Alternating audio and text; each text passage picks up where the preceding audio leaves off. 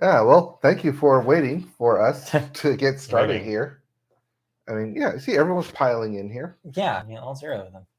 Yeah, hey, for the recording, people can see, hey, people are piling in. Piling! Well, I can say they're piling in. There's no recording. It's the live stream. Oh, yeah, that's on the video. Yeah. All right, let's start here. 5, 4, 3. And welcome into another episode of the Media Boat Podcast, your weekly talk shop, watch episodes of movies, TV, music, and video games. Not necessarily in that order. My name is Mike. His name is Matt. My name is Matt. His name is Mike. Yes, of all the podcasts I know that talk shop, we are one of them. We love to talk shop. Yes, we entertainment shop. We talk media shop. The favorite shops. Yes, the pork shops. Favorite shops. Pork shops? Yeah. Pork shop? Yeah. Some people call it a butcher. I call it a pork shop. Anyway, thank you for joining us. Today is October the 8th, 2022. It is episode 353. Two. I assumed it was the one after. Oh, no. I always dragged up. You have it already set up. 352. Thank you for joining us. Let's get rolling because we have a bit of stuff to talk about. Yeah, we got a bit of news, bit of thoughts, even a fan question coming in at the end of the podcast. Love to see it. All right. We love to see them enter fan questions. Yes. But we always start up at the top with music, and we start the music with the Billboard, and we start the Billboard with the Hot 100. And we have a new number one song. It happened. It finally happened after sticking around. Bounce around between number 3 and number 2. Yep. Bad Habit by Steve Lacy, your number one song. I still have not heard this. I don't know what it sounds like at all. Oh, sorry. I keep confusing this one with Bad First Habits Class. with Ed. And also Ed Sheeran, Ed Sheeran, Bad Habits. Yeah. Yes. But no, it's different. Yep. Coming in at 2, As It Was by Harry Styles. Mm-hmm. At 3, Unholy by Sam Smith and Kim Petras. Yep. Coming in at 4, I Like You, a happier song by Post Malone featuring Doja Cat. Yep. And rounding out your top 5, Sunroof by Nicki Yor and Daisy. Daisy. Not that Daisy. This is ZY Daisy. As for your albums chart, your Billboard 200, it must be summer again because Un Verano Sin Ti by Bad Bunny is your number one album. Yep, back at number 1 after a week off. Coming in at 2, 5 SOS 5 is your 5 Seconds of Summer 5, coming in at number 2. 5 Sauce 5? Because I know people call them 5 Sauce. Yes, they call them 5 Sauce. 5 Sauce 5. It's a palindrome. It's fun. It's like race car. Makes sense if this is their 5th album. Yeah, I guess so. Must be. And then coming in at number 3, Dangerous, the double album by Morgan Wallen. Because of course it is. At 4, Born Pink by Blackpink. And rounding out your top 5 because it's your album of the year, Harry's House by Harry Styles. Indeed. If you didn't like any of those albums, we have new releases. We do. Starting with Yitzlayer. That's reality backwards. Sure it is. By Bill Callahan. Uh-huh. Forever and Ever No More by Brian Eno. Yes, that Brian Eno. It's Only Me by Lil Baby. It's been a while. It has been a while. Broke that out. Mana by MIA. Yes, that MIA. Stay Close to Music by Mickey Blanco. I Walked With You a Ways by Planes. Planes, by the way, is a collaboration between Katie Crutchfield of Waxahachie and Jess Williamson. This is the two of them doing kind of a folksy country thing. All right. We also have Quite the Room by Skull Crusher. Quiet the Room. It's Quite. It's Ait. So it's Ait. Quite the Room. I don't know why, but okay. By Skull Crusher. Space Force by Todd Rundgren. Dirt Femme by Tovlo. Yes. Yes, that Tovlo. Elysium by Wild Pink. I believe it's ILYSM as in I love you so much. Or I thought it's like shortened for like Elysium. No. It's Elysium. No. Elysium. No, it's not. All right. Well, it's yelling at me because it's in all caps, so it might be. But it's also not like doesn't have the dots in there, so it's not like CIA. It's like scuba. Uh-huh. It's Elysium. Like laser. Yes, by Wild Pink.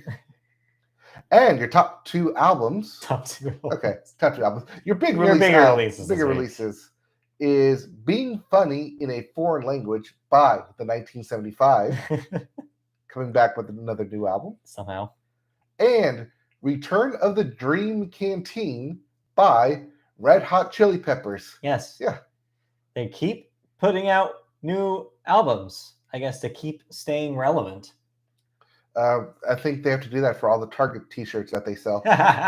Exactly, yes. So those are your new releases. And let's get right into some music news. And we got with some beef. Yeah. Maybe legal beef? Probably not. Probably not. Well, Right Said Fred. Yes. Remember Right Said Fred? Yes. Mr. I'm Too Sexy. He's too sexy for a shirt. Who collabed with Drake on his I'm Too Sexy. Yeah. Or it's called Way Too Sexy for Drake. Yes. Well, Right Said Fred has officially stirred not just the beehive, but the queen bee herself. Gasp. Beyonce, who rarely comments on such matters publicly, has issued a statement vehemently taking issue with the duo's reported claim that her camp never sought permission to use the I'm Too Sexy song as part of her recent Alien Superstar track.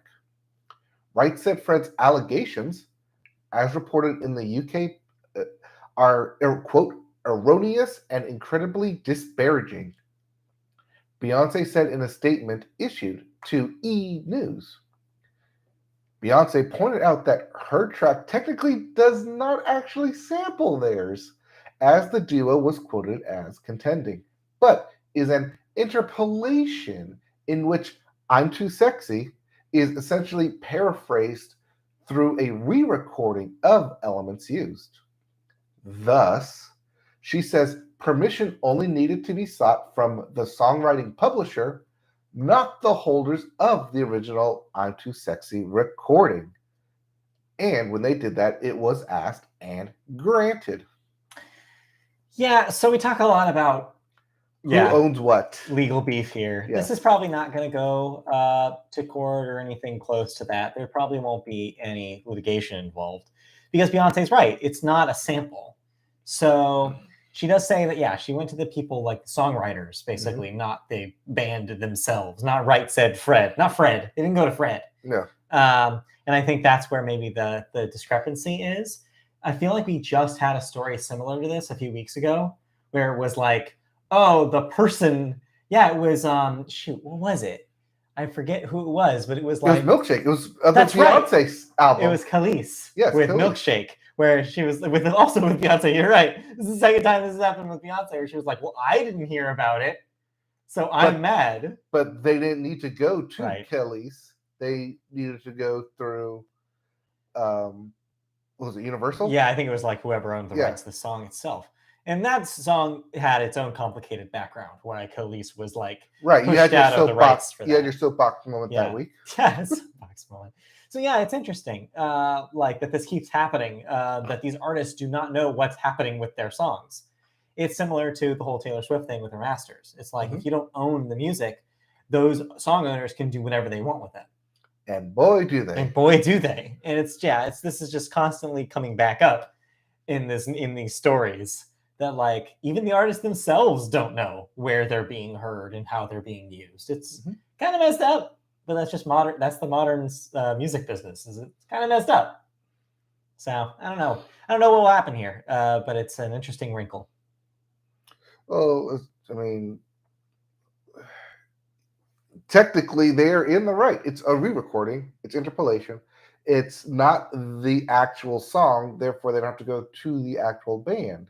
So technically and legally, they're in the right. I mean, it may be messed up, but until laws change, until people like who created it own it, that's just what it is. Not saying everyone's either right or wrong here. Right. Just saying that It's just per the legal stance Yeah. of everything they had to cover to get this album released, they went through the proper channels. We saw it with the Khalees. Yeah. We're seeing it here. I bet we'll see it one more time because three times a Oh three times a yeah, charm. everything it happens in threes. Yep. Anyway, Anyways. Speaking of Taylor Swift. Yeah, you brought up Taylor Swift. I did. I always do. You know this. Yes. And as such, we shall bring up Taylor Swift here once again. Again, always. Yes, because she keeps releasing the songs for her upcoming Midnight song album. Titles. Yeah, not the songs themselves, notably. No, the song titles. Yes. We still haven't heard a single note of any of the songs on Midnights. Well, on Thursday night and into early Friday morning, she kept revealing songs, not just the one per week, but rather the rest of them. As all songs have now been revealed in build-up to her October 21st album. So she did this starting at midnight, released the remaining 5 tracks until 4 a.m. Eastern time. I did not stay up for this. No, but someone did. Someone probably did.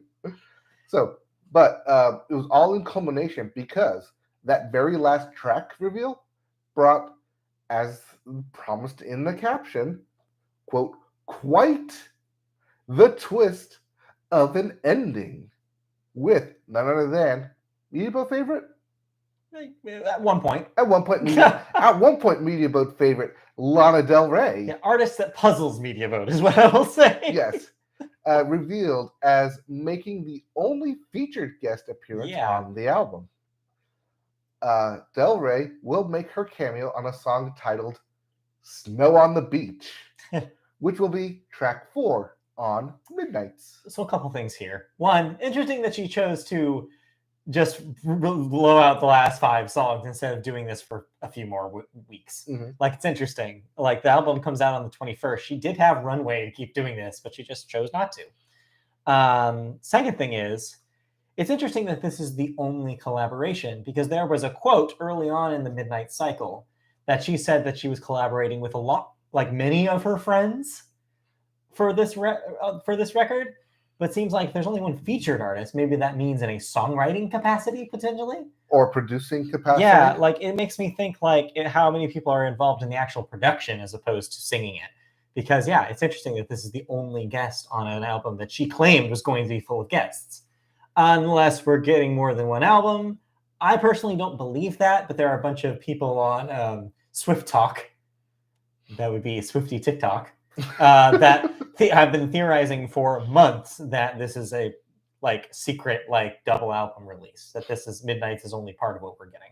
And then Dawn AM. Yeah, exactly. Just the weekend shows up on that one. No, there are people thinking oh, it's going to be a stealth release of 1989 Taylor's version or something at the same time, and that she just hasn't said anything about it. Like I said, I don't think I believe any of this. All right, so do what we do, and we take that rumor mill, churn it, and put it off to the side. Oh yeah, no, you could do a whole separate podcast for the Taylor Swift rumor mill. And I'm sure you could. I'm not going to do that. There are people out there that would be way better at doing that than me. But there's how many Easter eggs she supposedly leaves and everything that she does, that there's always hints to something if you ask a Swiftie. But yeah, nonetheless, interesting to have Lana on a track here. Note, this is me putting on the tinfoil hat. Yeah, right. If there's something in everything. Yeah. So yeah, it makes sense, this collaboration, when you think of Jack Antonoff's connection with Lana, having worked on a few of her albums at this point. So no surprises here. I don't think Taylor and Lana are that close, though. I think this is mostly a business relationship that's happening for here. I could be wrong. So yeah, I don't know. It's interesting having her on here. We'll wait and guess and hear what the song sounds like. I mean, we don't have that much longer to wait, though. No, only a few weeks. 2 weeks. 2 weeks. So watch this spot, because we will definitely talk about Midnights when it's released. Yeah, so not next week's episode, but the week after, we will have a full-on breakdown of every lyrical and note that Midnights has. And I'll be listening to it at 9 a.m. 9 p.m. 9 p.m. Yes, not midnight. 9 p.m. West Coast time, Pacific time. Anyways.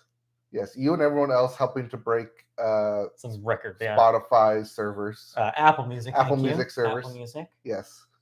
How dare you say that S word? Yes, I forgot. That's for spoilers. Anyways, we listened to a couple things. Well, actually, you experienced something. I went to something. Yeah. I went to the Alan Jackson One More Time farewell tour.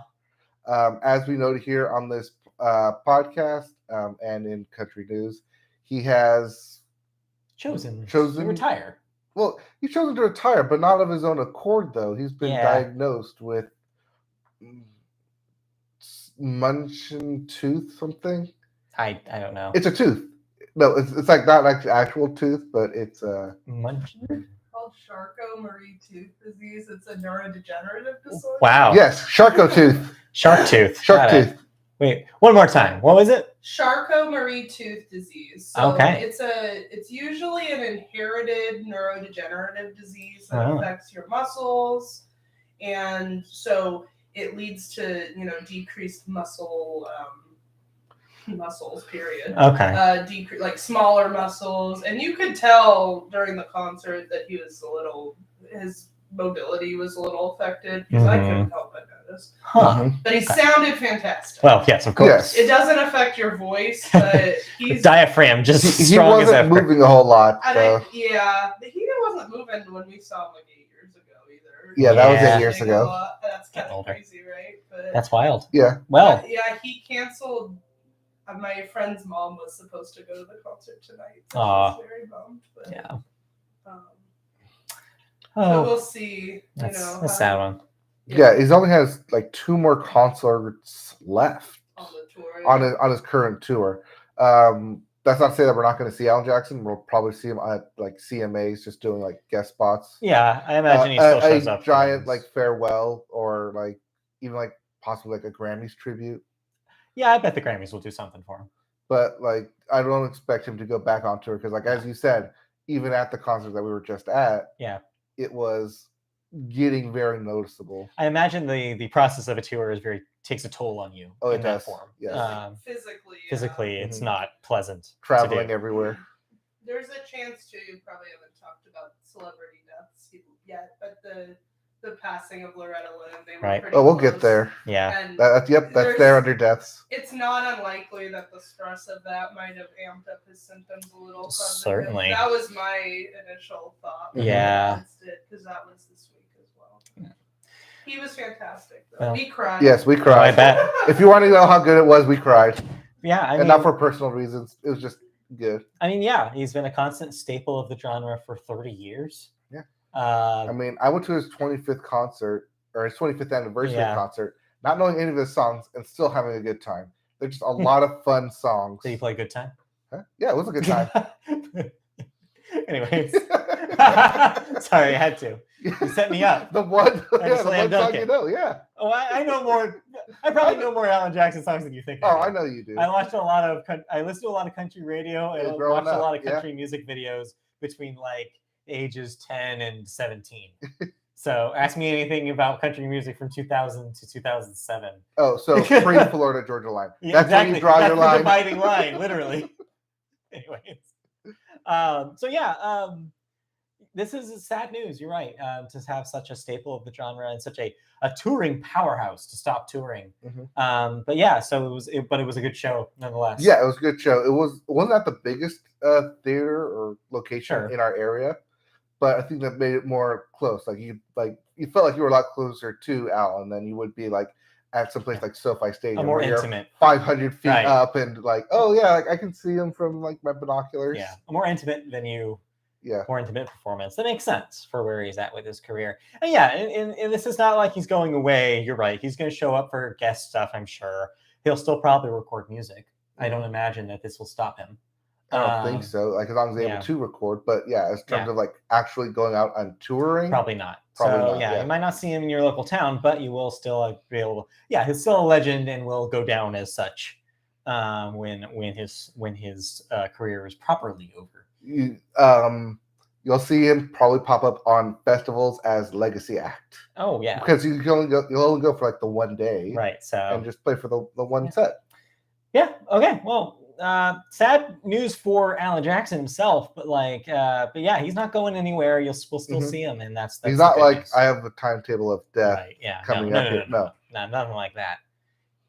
But yeah, all right, there you go. But yeah, that was pour one out for a country legend.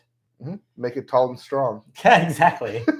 Exactly. It's 5 o'clock somewhere. Yeah, it is. Anyway, I listen to a record. Yeah. You always listen to a record. Well, I mean, yeah, I guess that's true. Some weeks I don't, to be fair. I don't always have something ready. But I do this week. One of, I think, the more important indie acts of the last 10 years is this band called Alvvays. And that's always stylized with 2 V's instead of the W. Yes, Alvvays. Yeah, so they kind of came out of nowhere in the mid-2010s. Had a very catchy single and then caught kind of fire in the underground. And yeah, they released 2 records. This new one comes 5 years after the second record that they put out back in 2017. It was delayed because of a handful of things, mostly the pandemic being part of it. Mm-hmm. So it's been kind of percolating with them for a while. And now it's finally out.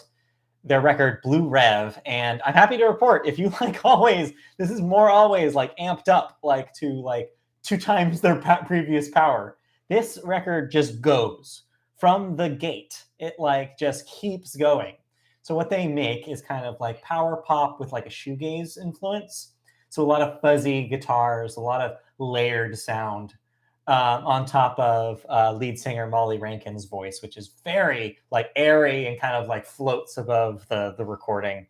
And yeah, it's just more of that, like I said, kind of with an amped up drive that we haven't necessarily heard from them before. There are very, very few slower songs on this record. It has quite a high BPM almost through the entirety of it. It's a lot of fun. It sounds like super just produced with huge effort. There's just layers upon layers of different things happening here. It's very hard to describe, I think, in words. But if you've liked their music in the past, it's a no-brainer to check out this. If you like kind of a power pop kind of sound, or if you like a shoegaze sound with maybe a little bit of a new wave influence, some 80s new wave tossed in there as a little bit of seasoning. Alvvays has you. So yeah, check it out. Blue Rev. It's out this week. I imagine that this is going to be on some critics' top 10 lists. They got an 8.8 in Pitchfork, a rave review for them. Sounds low, but trust me, the review reads like a 9.5. It's not. It's weird that they gave it an 8.8. It's very good. And yeah, I think we'll see it at the end of the year, maybe even in my list as well. Oh, on your end of the year critic list? Might just make it. It's pretty good. And I feel it's a grower. I feel like it's only going to get better as it goes on. Okay. So you hastily just typed that you listened to the King Gizzard and the Lizard Wizard record that we talked about. Yeah. Because you have a insatiable curiosity about this band. Yes. Their latest album, titled Ice, Death, Planets, Lungs, Mushrooms, and Lava. Uh-huh. As long-winded as it is. It got my curiosity, so I decided to pop it in. And real briefly, I can only get through 2 of these songs because they're each 6 and 7 minutes. Oh, Jesus. And there's 7 tracks on it. So it's it seems short with only 7 tracks, but no, it's still a 40-minute, 50-minute album. And it's just, how do I put chaotic melody into a phrase? I think you just did. But that's basically what it is. It's them swapping out instruments constantly. It's basically, it feels a little bit like the Martha tapes, which we talked about a while ago. So something a little raw, more like a demo. It feels more raw. It feels like they're just in a studio messing around, but the messing around actually makes sense in a melody way, and it kind of flows, even though they keep swapping around instruments. It's now I'm listening to speed jazz. Oh no, now I'm listening to a flute recording, and now I'm listening to just a guitar solo. It's kind of like a psychedelic rock influenced prog band. Is what they kind of are. Yeah. Yeah. They just go for it. Yeah, that's kind of what it is. It's just 7 tracks of them just going for it and going hard, which is what made me realize I did actually listen to that. It's really weird. It just continued to be fascinating that they continue to pump up albums. And speaking of fascinating, yeah, they have 2 more coming out this month. Oh yeah, this is the first of 3 albums coming out this month. It's not on the track here. It's not on our No, yet it's not. released calendar, but Laminated Denim is their next album coming out next week. I think it was, but I think I skipped it thinking it was last week's. But no, I guess not. No. Wild. So yeah. Oh yeah, and they put out 2 other albums earlier this year. So they just keep like jamming away. Like someone hits record and they just jam, and there's like, yeah, that's good enough for an album. Put that out. Yeah, why not?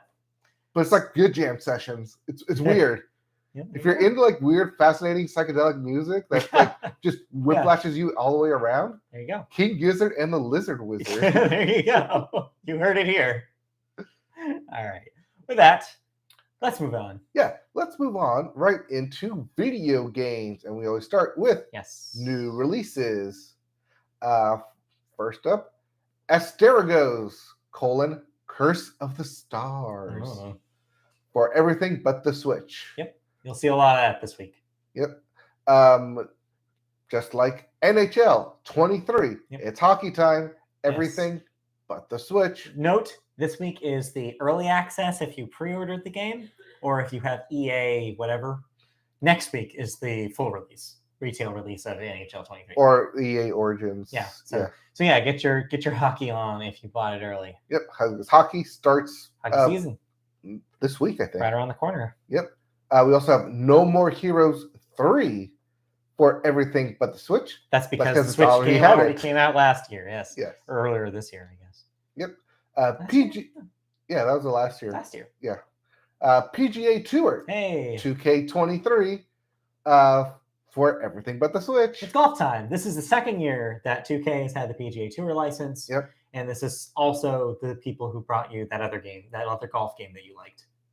The other PGA or the other I forget what it was called, but they made the 2K. It was a studio, but the studio specifically making it for 2K was a studio that put out a good golf game before they got the PGA license, and then they started making PGA games based on that engine. Oh, okay. And I don't remember. I swear you played it. I don't remember what it was called though. Oh, it's probably like the pandemic. Yeah, it was game. Like the whatever 2020 golf game. Yeah, I forget what it was called, but yes. All right. We also have The Last Ori Crew. I think I said that right. Yeah, I don't know. Ori Crew for the PS5, Xbox Series X, and PC. That's your new generations. Yeah. WRC Generations for PS4, PS5, Xbox One, and Xbox Series X. Racing. Dragon Ball: The Breakers for everything, including the Switch. That's everything. I want this badly to be a Dragon Ball surfing game, but I know it probably isn't. No, it is not. It is yet another fighting game through the canon of Dragon Ball. I see. There's also Nickelodeon Kart Racers 3, Slime Speedway coming out for everything. Yep. Saint Kotar for everything but the PC. And lastly, Scorn. Scorn. For the Xbox Series X and PC. Yeah, this game looks weird. I don't know what this is. It's gross. Looks gross. Anyways. And that's on Game Pass. By the way. That's a Game Pass game? Yeah, also, if you want to play Scorn. All right. That's a Game Pass game. Anyways, let's get some video game news. Yeah. And we had a Nintendo Direct-ish. Well, we had a Pokemon trailer that was not framed as a Direct at all. But it was long. It was long. It was longer than anyone expected it to be. Yeah. So a new Pokemon Scarlet and Violet trailer was showing off the various quests that a player can take on during the game. This is why I think it's a Direct. Yeah. 14-minute trailer. It didn't say the word Direct. It just said new trailer. Which is viewable below. Yeah, below us right here. Also revealed Farigiraf. Yeah, the evolution of Girafarig. Yes. Those are actual Pokemon names. Oh yeah, I love Girafarig. That was one of my favorites back in the day. Because it had like the face on the back end. Right, exactly. Well, now the back end face is on the front end and has a face inside of it. Yes, like I thought I thought it was like one eating it, but also like No. a space helmet. Farigiraf. Yes, Farigiraf. Yeah, Farigiraf. Yes, which is a Pokemon which Girafarig Yes. debuted back in the Pokemon Gold and Silver games. Girafarig, also a palindrome. That must be why. Farigiraf, also a palindrome.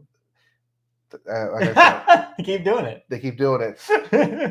The trailer also included more footage of Terrastalizing, Yes. the new mechanic that's unique to the Paldea region. Pokemon will appear in the wild with a sparkling effect if they can terrestrialize. So the Pokemon have an extra type, Yes. which can be, not always, but can be different from their standard type. For example, a Pokemon that's usually a fire type could become water type through Terrastalizing. Right. So you could catch somebody off guard if they were like coming in with the team that was built to destroy you by changing type all of a sudden, and then you have an advantage. It's a neat mechanic. Yeah. Players can now make, quote, sandwiches for the Pokemon during picnics. It's the same as the curry from Sword and Shield. That's what I've, yeah. I was like, it's not like the Pokemon Mix Cafe. That's a different game. Which appears to, as you mentioned, replace the curry making mechanic from the Sword and Shield games. Sandwiches can be used to make encountering Pokemon, or certain Pokemon types, easier. Players can give their Pokemon the "Let's Go" command, which I think is the best command of this new generation, which will send the player's first Pokemon out for automatic battles. So this has been extremely key to Pokemon fans, because I feel like after Arceus, they're dividing line between how people want their Pokemon games. Mm-hmm. There's the old school camp that are like, that was too different. I want classic Pokemon battles. And there's the new school camp where like, well, now I can't go back. I like this new version of Pokemon battles. Why would I go back? Right. This is interesting because this is like a compromise. No, it's not fully the Arceus system, but at least it has a piece of it that people like, which is, let's just have somebody out. If I see something, boom, we're in battle. My Pokemon's already out. It's battling. Mm-hmm. So people who want that will get that. And people who don't have to issue this command. Yeah, it's a separate command. Yeah. It's a neat idea. I think this is very key for people really adapting this game to their own play style. See, I think it helps with grinding. If you want to get your Pokemon leveled up, you just run around like, go, battle that guy, go, battle that guy. And I have to sit there and do the impromptu commands to like destroy him in one hit when I know Pokemon's going to go on, kind of like one shot him. It's a neat idea. Throw it out there, kill the Pokemon, and then come back. Kill. All right, I'm sorry. Make him faint. Faint the Pokemon. Unconscious the Pokemon. KO. Knock them out. Yeah, but I can't capture them after they've been KO'd for some reason. They have to be living. Anyways. Where are we? Someone's living when they're knocked out. It's not... I'm sure people have died in boxing rings, but most of the time they don't. Yeah, but most of the time, like, you can't, like, capture in a Pokeball after. Pokeballs don't exist. How would you have tested this? What do you mean? Wait, are you talking about the boxing metaphor? Yes. Oh, I'm talking about, like, the actual Pokemon metaphor. What are you talking about? When a boxer is knocked out, you can't catch him with a Pokeball. Like, yeah, no. No, like when a Pokemon's knocked out, you can't catch him with a Pokeball. Oh, yeah, I guess you can't. Yeah. You're right. I didn't think about that. Huh. Yeah, they just, like, disappear, which is weird because they KO'd. Yeah. They just drag them off the screen. Exactly. Like, anyways. I know I basically, like, over-surfed and murdered this Pokemon, but I can't capture it because it got washed away with the tide somewhere. That's how it's gone. Yeah. Anyway. So anyways, the trailer also showed off the various bases that players can visit. These bases will feature challenges for the players to take on, including boss battles. Yeah, kind of like the totem battles in Sun and Moon. Yeah. Is what it reminded me. In the Alola region. Yeah. Yep. The new TM machine. This is my favorite bit. Lets players make TMs using materials that Pokemon drop after battles. Yes. TMs, or technical machines teach new moves for certain Pokemon. And yes, it does mean that this is officially the technical machine, yes. which is on purpose.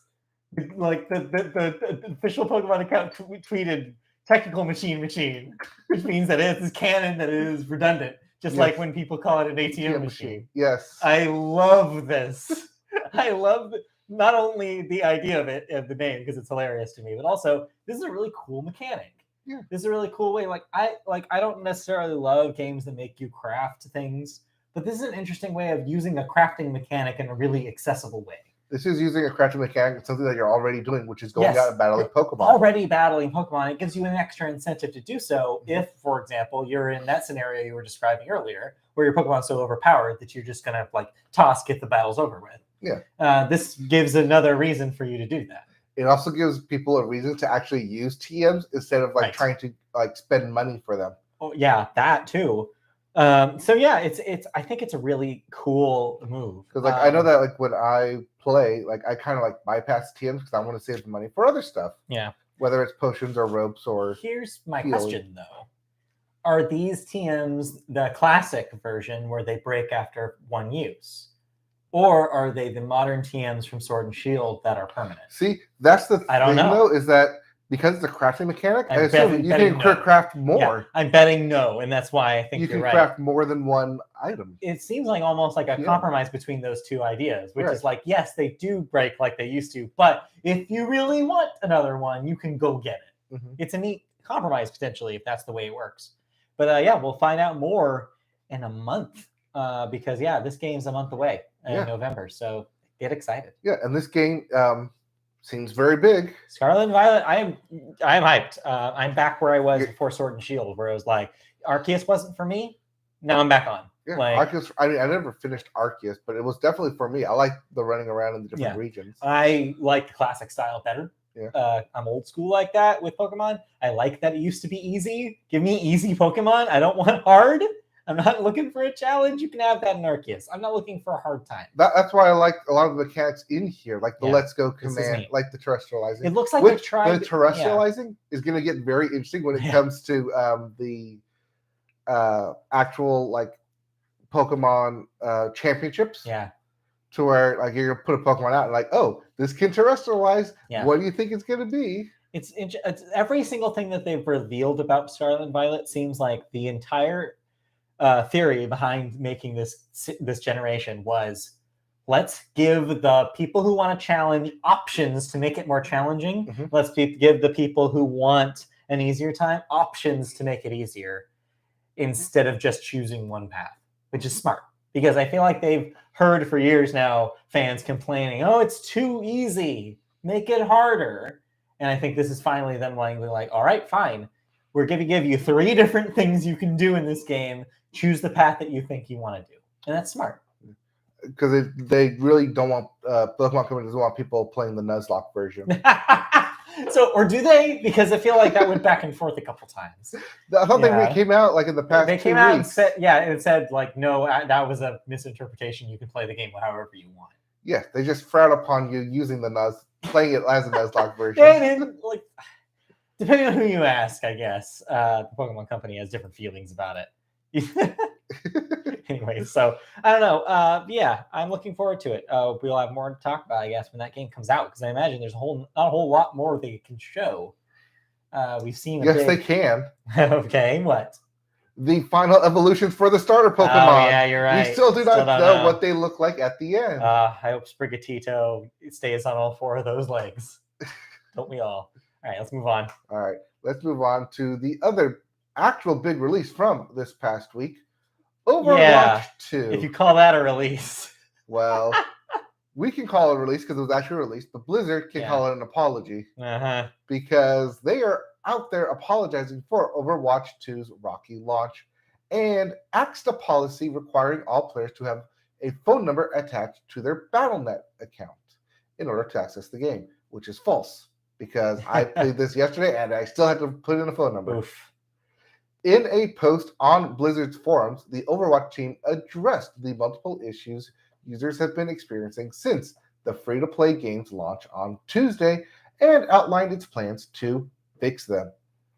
Quote, while millions of players have been enjoying the game, the launch has not met your or our expectations.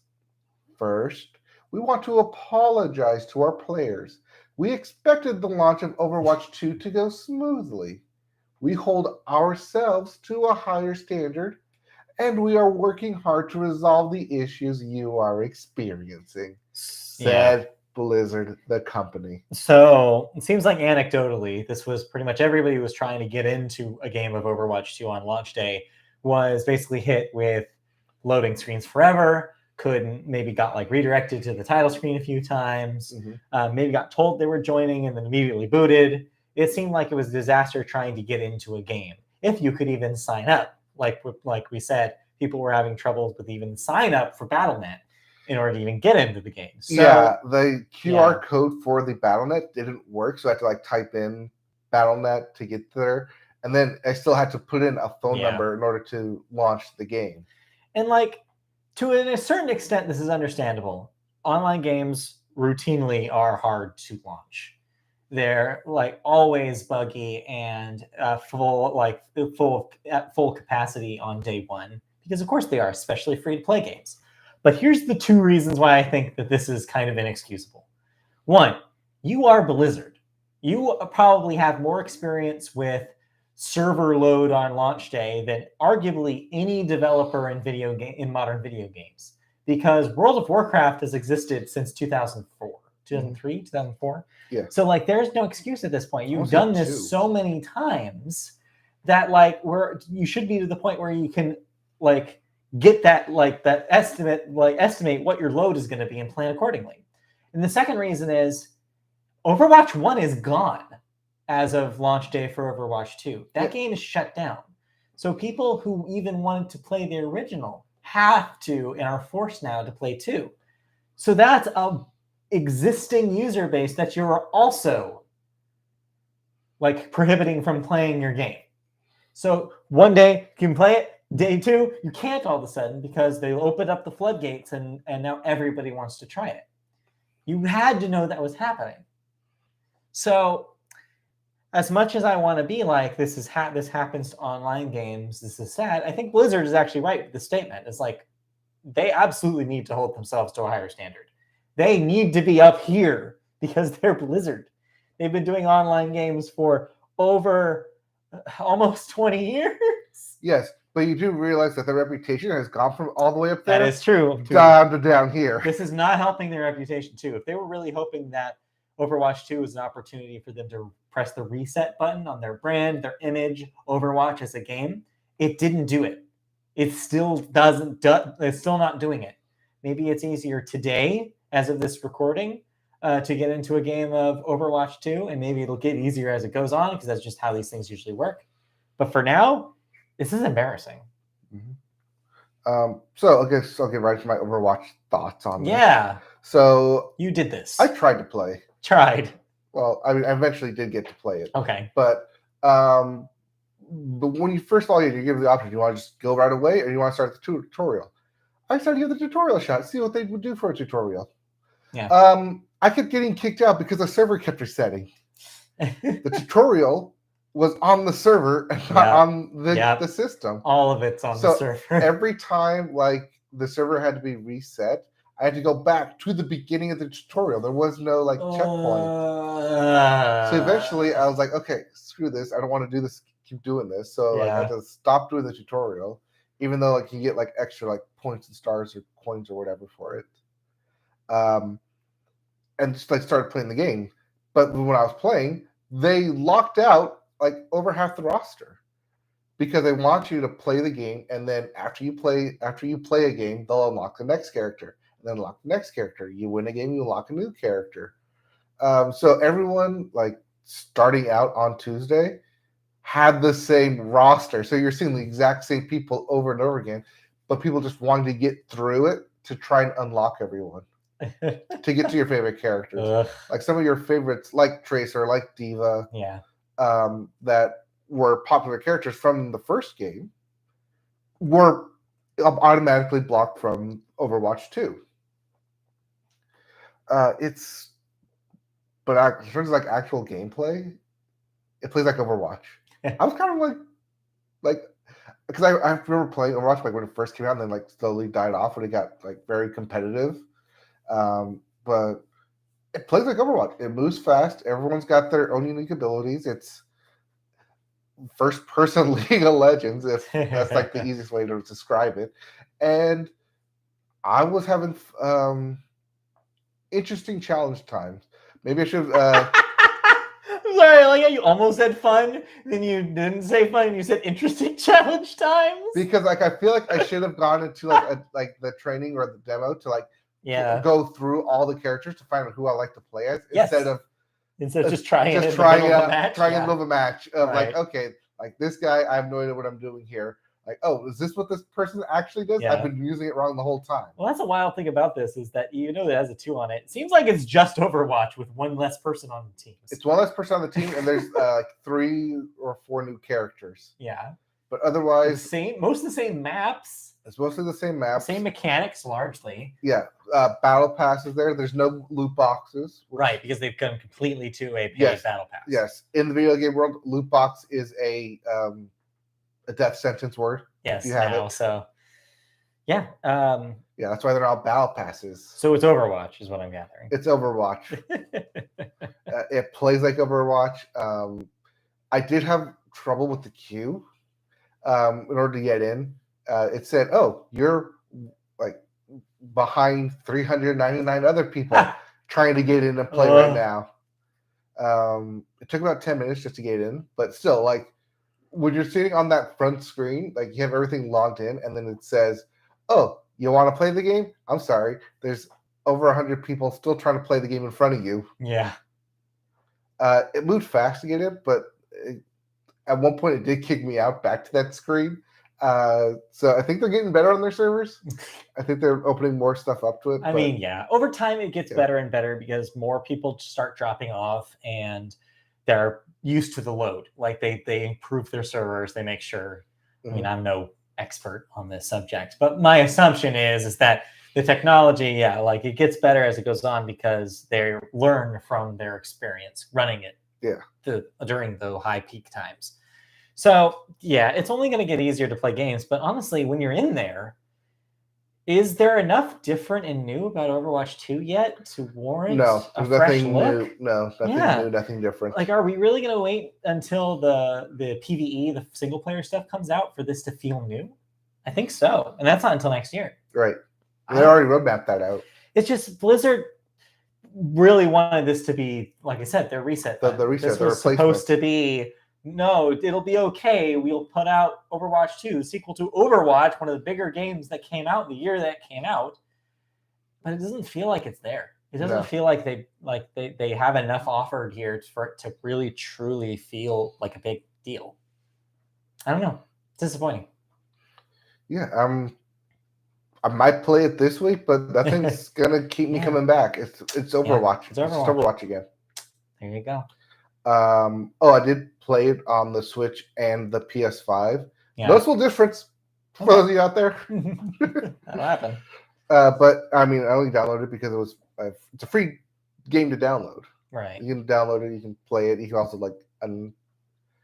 delete it real easy, real quickly. So it's there. It's free. Yeah. But just note that if you're going to do the free, you're going to have to sign up, and then it's free for a reason. You're going to start from the base. So enjoy your limited roster until you play a couple matches and may or may not get sick of losing every single time. All right. Well, on that note, let's move on.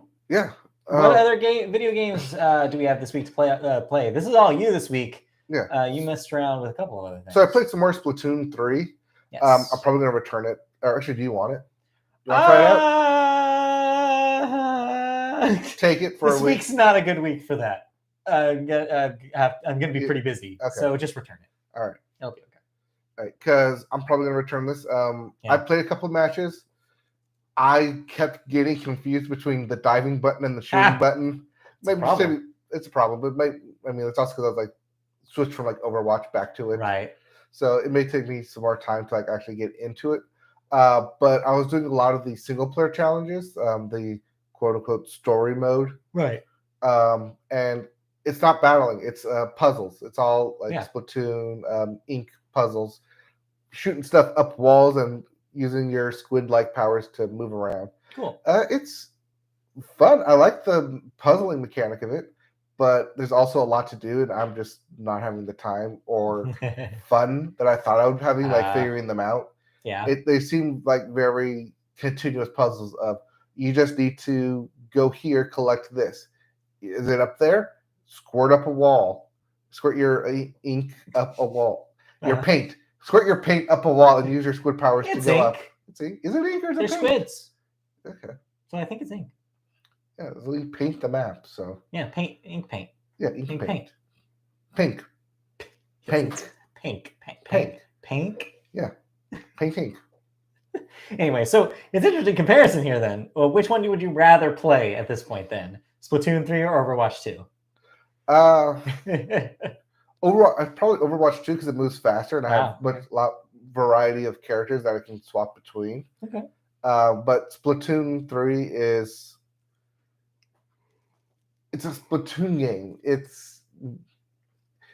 gets easier the more you play it. Yeah. But it can also get very rote the more you play it because you find your loadout that you want.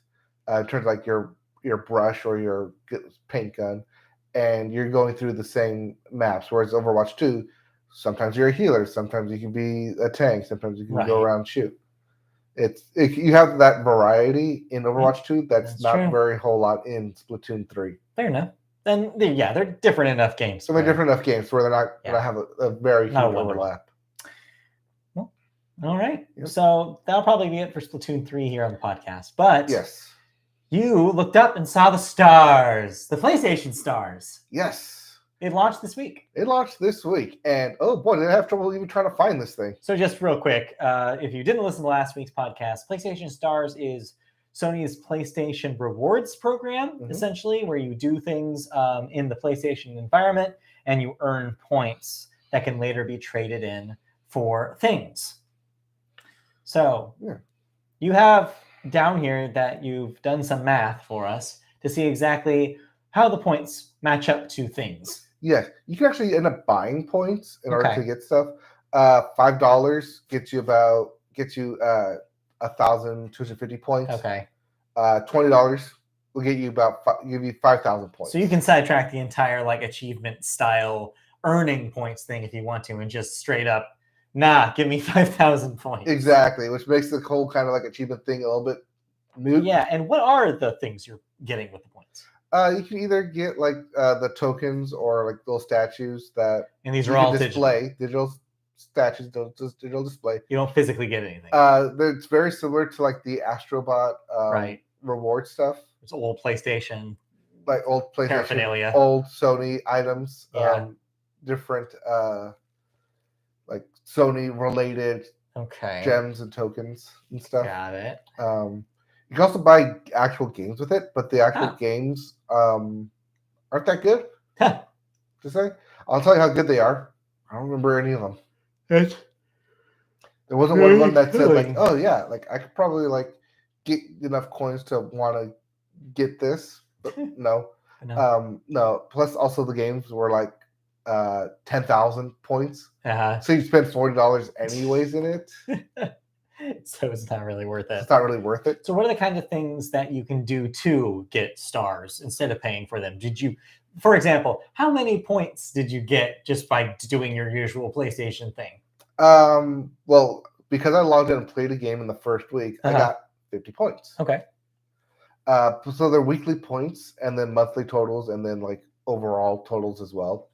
But the weird thing about it is that you had to sign up and download the PlayStation app to your phone. Right. It's only through the phone app. Yes. But in doing so, there is no direct button to get to PlayStation Stars.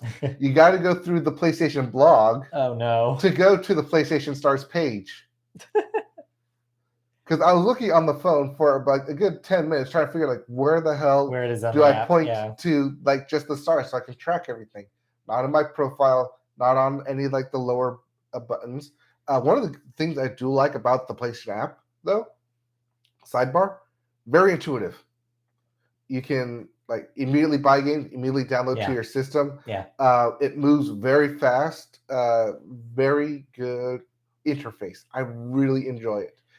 I wish more stuff was like this. Yeah, it's really intuitive. Except it doesn't have a damn button to go straight to PlayStation Stars. Yeah, that's dumb. I'm sure they'll add that as will. the system continues. I mean, they just launched it. Yeah. So, yeah, I'm assuming that it's just so new that they haven't really ironed out all the quirks. But do you think this is at all going to like entice people nope.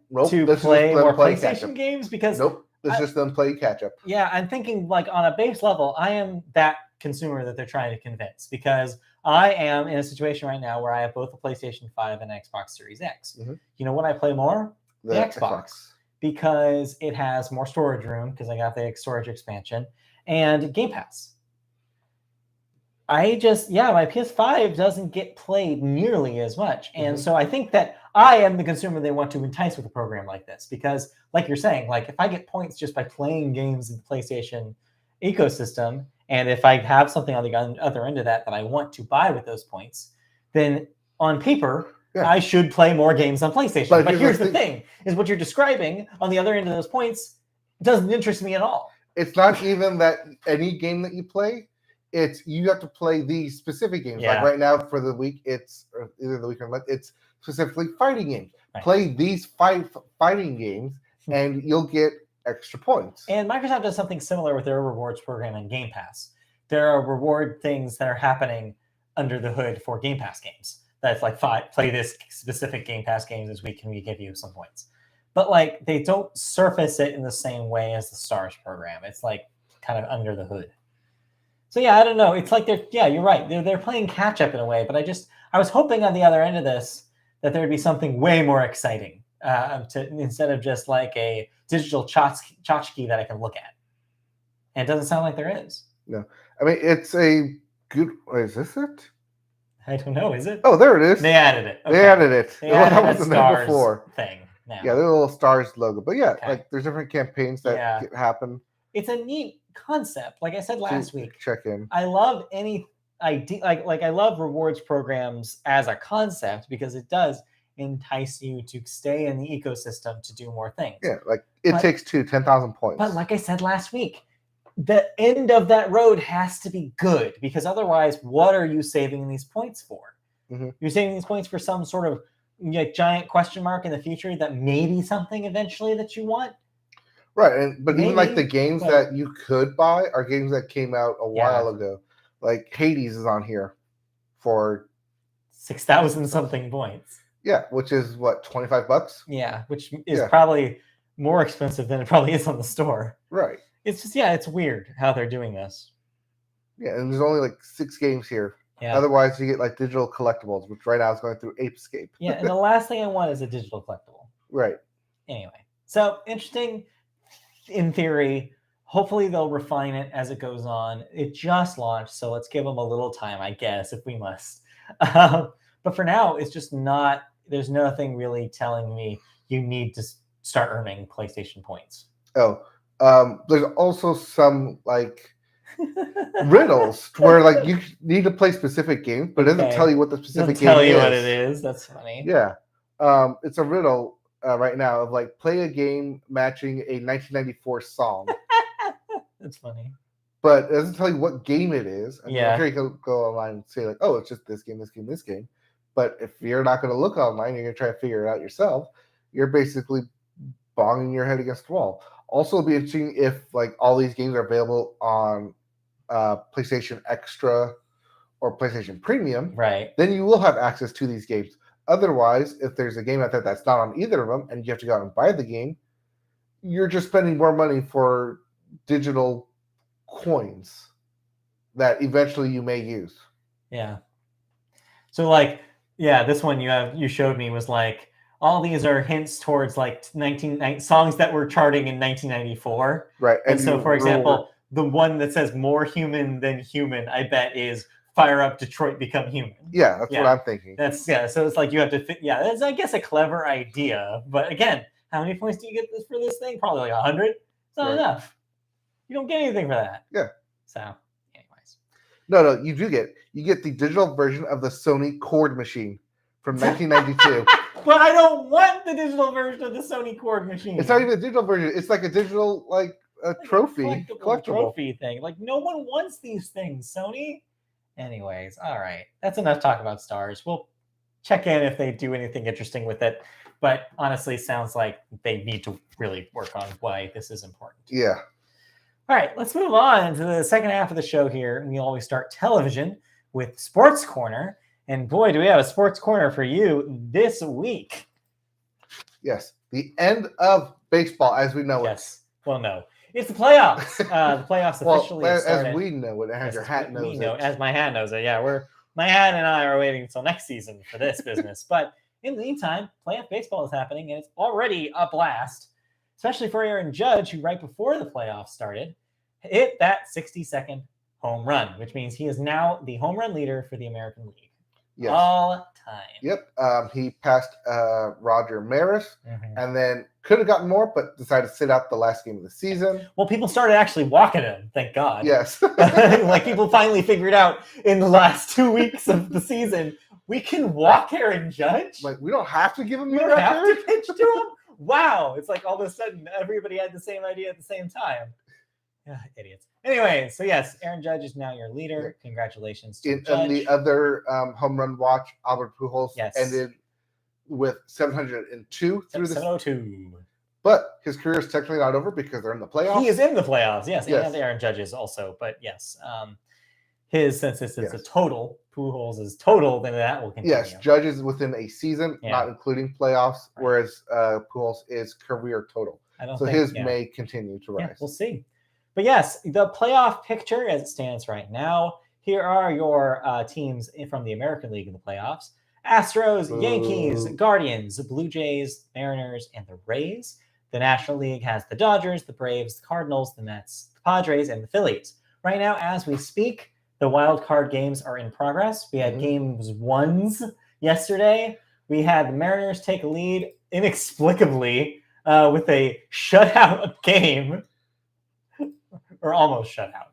I think they did end up scoring. I think they got one. Yeah. They got one in. But yes, the Mariners somehow pulled it out against the Blue Jays, giving them a one-game lead. The Guardians defeated the Rays with a 2-1 game. Very tight. The Phillies and the Phillies ended up winning against the Cardinals after a very tight pitcher's duel for the first half. Oh, no, Seattle did get the shutout, 4-0. Oh, they did? Okay, I was wrong. Oh, yeah, they almost got a run at the end there. And then the Padres took it against the Mets in a 7-1 blowout. Yes, Slam Diego is back. Yeah, so don't sleep on these wild card teams is what I'm saying. It looks like there's some power coming from places we did not expect. Yes. I'm especially excited for Seattle, of course, with the Mariners coming to the playoffs. That ends the longest playoff drought in sports. Yep. We talked about that last week. So they already have one game under their belt. Later today, we will see if they can take game 2 and go further into the playoffs. Best of a 3-game series. Yes, best of a 3-game series. So if their same team wins again today, they take it. So there might not even be game 3s. We'll have to see.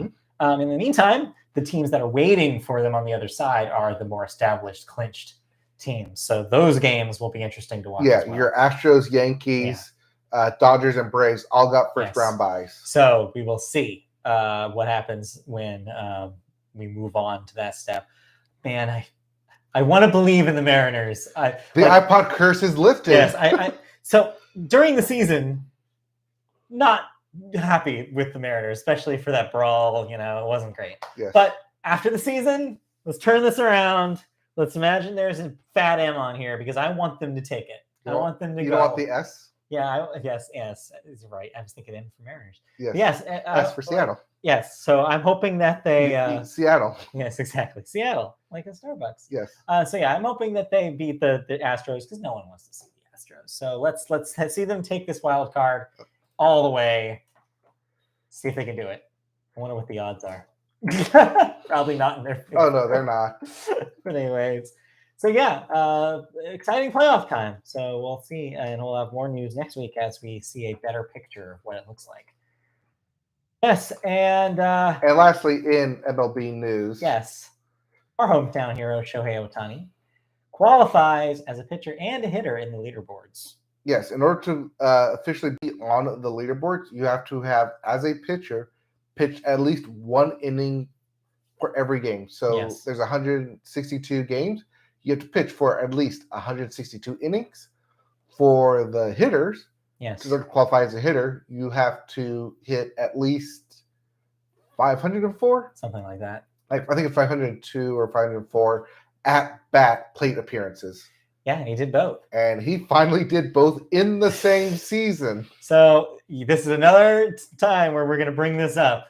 Shohei Ohtani does something impossible. Also, all right, who do you think really it's going to be? Is it the 62 home runs for Aaron Judge for MVP, or do you think they wake up and realize that what Ohtani's doing has never been done? So because Aaron Judge technically lost the Triple Crown due to his batting average slinking like ever so slightly within the last couple of games. Someone's going to look at it and say, well, he didn't do the Triple Crown. And Shohei is the first person to ever do this. So, and I'm hoping that's the way they think as well. I just don't know. The momentum coming off of a 62 home run season, though, is hard to dispute. It's going to be very tricky. I don't think it's going to be unanimous, is what I'm saying, like it was last year. Ohtani will at least get one vote because of the guy in Boston who doesn't want to get to Aaron Judge. Right, yes. But same way as some guy in Boston, the same one who didn't give Derek Jeter one Hall of Fame vote to become unanimous. So I imagine it's going to be a very tight race, unlike last year. I think that there's an argument in both camps. I think Aaron Judge is still the favorite. I think so, because just like I said, pure momentum. And the fact that he's in the playoffs.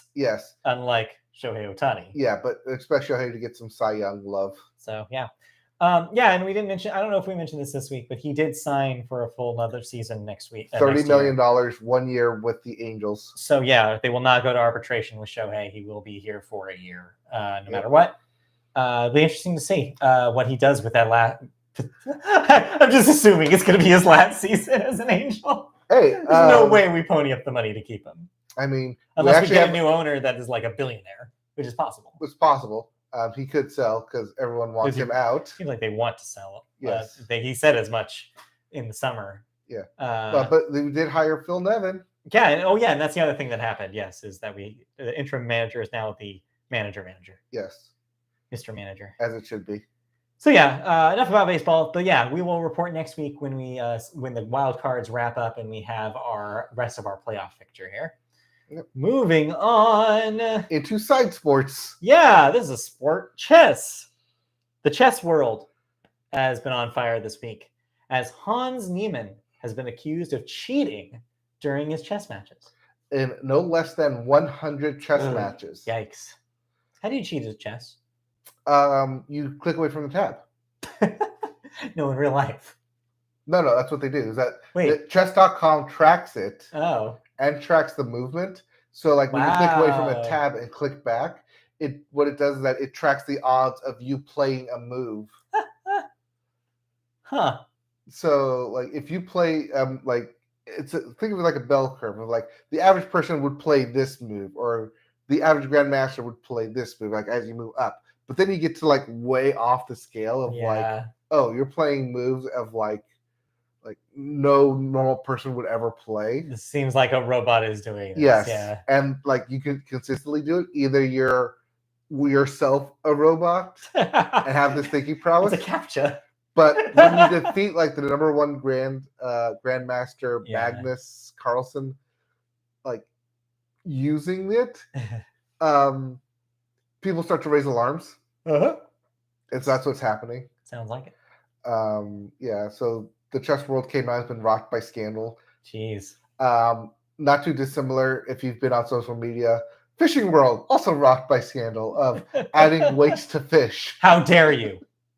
How dare you, fishermen? So two very not high profile sport events, but interesting nonetheless. Got rocked by cheating scandals thanks to social media being pushed everywhere. You hate to see it.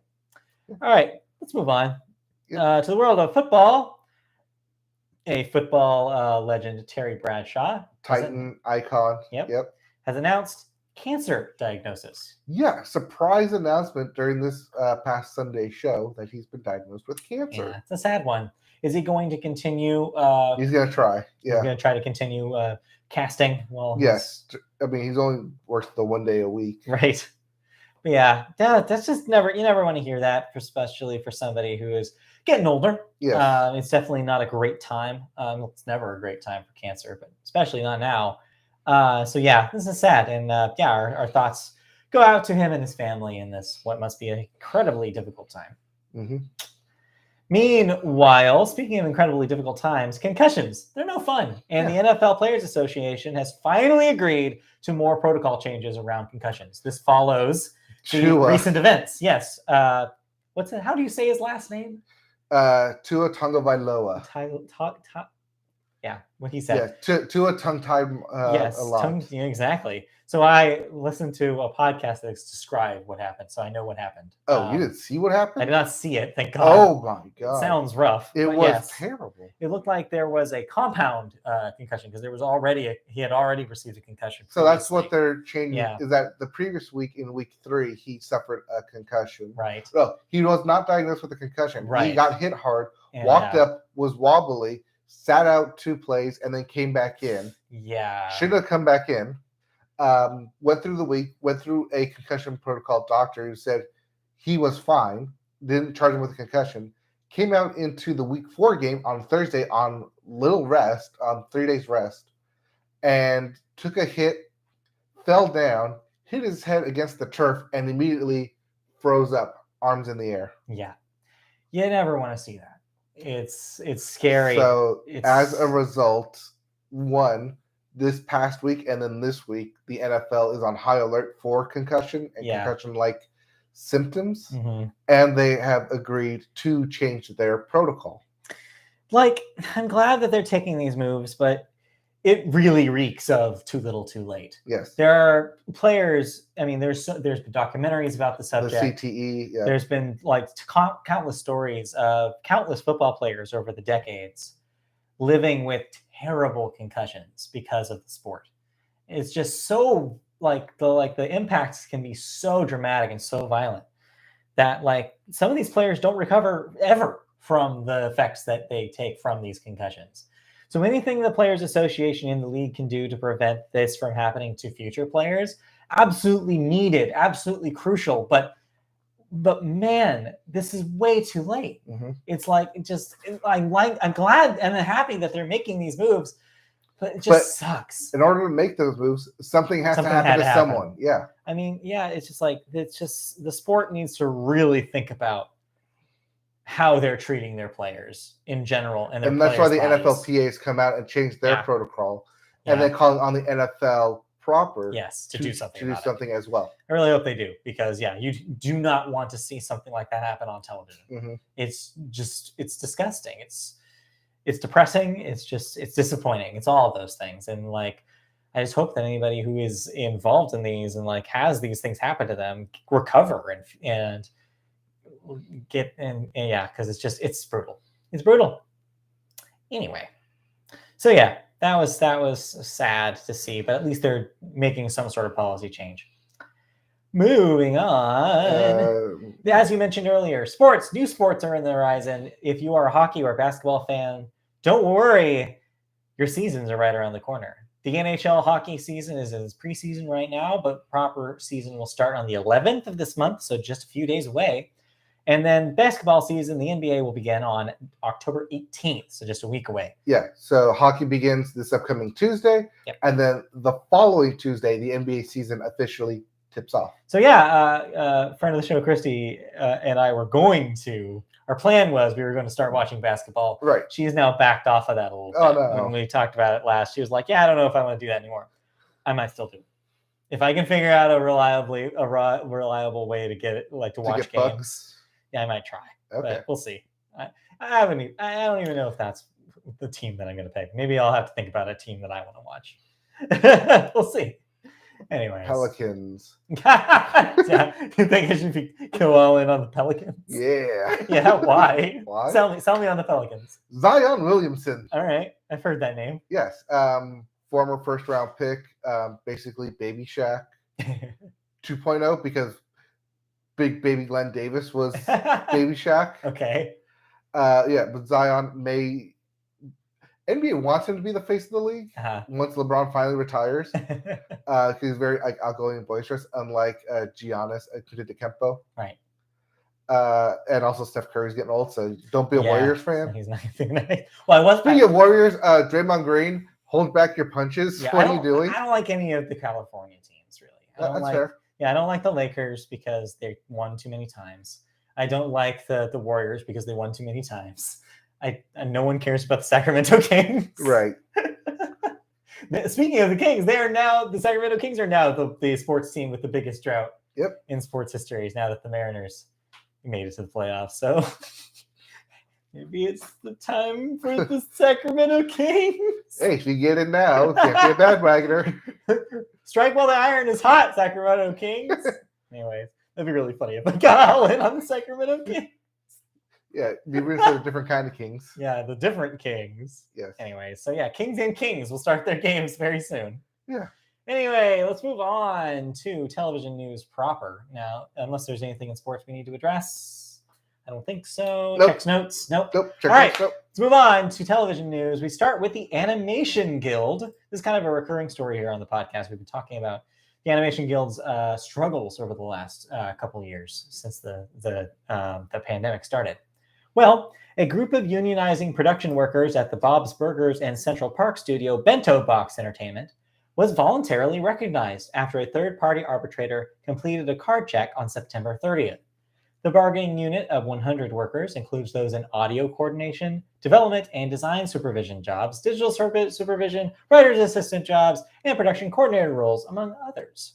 The news arrives just months after 15 editorial employees in pre- and post-production at Bento Box Entertainment unionized with the Editors Guild, and also after an arbitrator certified employee support for the union via a card check. So this is good news. More unionization happening in the animation industry, especially after the rough news we've been hearing about how big studios are treating animated shows. Right, especially with Cartoon Network and HBO Max. Yes. Just axing. Yes. The newest axing happened yesterday afternoon when it was announced that what everybody thought was the most successful show on Cartoon Network right now, Craig of the Creek, getting its season order cut in half. Ooh. Along with its spin-off show also getting its order cut in half that has yet to premiere. The spin-off show being the younger sister character of Craig, Jessica, is getting her own show that's aimed towards a slightly younger audience. So yeah, it had yet to premiere. Jessica of the Jungle Gym? I don't think that's what it's called, but it's something like that. Something about her adventure world or something. Anyways, but yeah. Just Craig of the Creek. It's close enough, yeah. Close enough. But yeah, so both shows will still premiere on Cartoon Network this fall, but it does look like, yes, their orders were cut in half, which sucks for the people who were putting effort into making those shows. Disappointing. So yeah, as Warner continues to make cuts, I don't blame Bento Box over here under the Fox umbrella being like quick to be like, no, we need to make sure that we have our employees' interests in order so that way we can fight them on these issues if it happens to us. Yep. Very important and good to see. Because that's what guilds do. They work for the workers. Yep. Damn, I could use a union right now, is what I'm saying. Let's move on. Too small a company really to do it. But yeah, let's move on to our second story. We have an update on something we knew that was happening, a Frasier reboot. I guess it's a reboot. It's definitely not a remake. Yeah, it's definitely not a remake. It's maybe a sequel series, I guess you could say. Yeah. Oh, shoot. I have to add something to thoughts. Okay. I just remembered. I watched that Hulu show Reboot. Oh, I can talk about Reboot. Yes. Okay. All right. So, add that to it. I'm not done with it, but yeah, add it to it. Anyways, Frasier is back? ?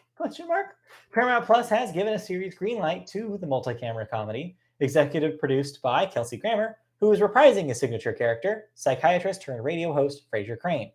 Grammer, back in 2018, started fielding interest for a new Frasier series that would feature the title character in a new city, and has been the driving force behind the efforts ever since. He will be surrounded by new characters, with original Frasier cast members not expected to be series regulars, but could make guest appearances. Similar to what happened with Cheers Yeah. characters. The project was eventually set up at Paramount Plus and was announced as being in development at the streamer's February 2021 launch event. It has now formally been picked up to series. The new incarnation of Frasier comes from writers Chris Harris, who wrote on How I Met Your Mother, and Joe Cristalli, who wrote on Life in Pieces, which, by the way, that ran for 4 seasons. Life in Pieces? Yeah. I thought that was a 1 season and out. No, that ran for 4 years. Oh. Yeah, like it was canceled like years ago, but yeah. Yes. Who will executive produce with Grammer, Tom Russo, and Jordan McMahon. The series will be produced by CBS Studios in association with Grammer's Gramnet NH Productions. So, real quick note here. I asked the Frasier expert in my life, friend of the show, Christy, loves Frasier, is not interested in this at all. Really? Because people who love Frasier don't love the character Frasier. Frasier is the worst part of Frasier. That show is its extended cast. And so she was saying, no side characters, and then why watch, is basically what she was saying.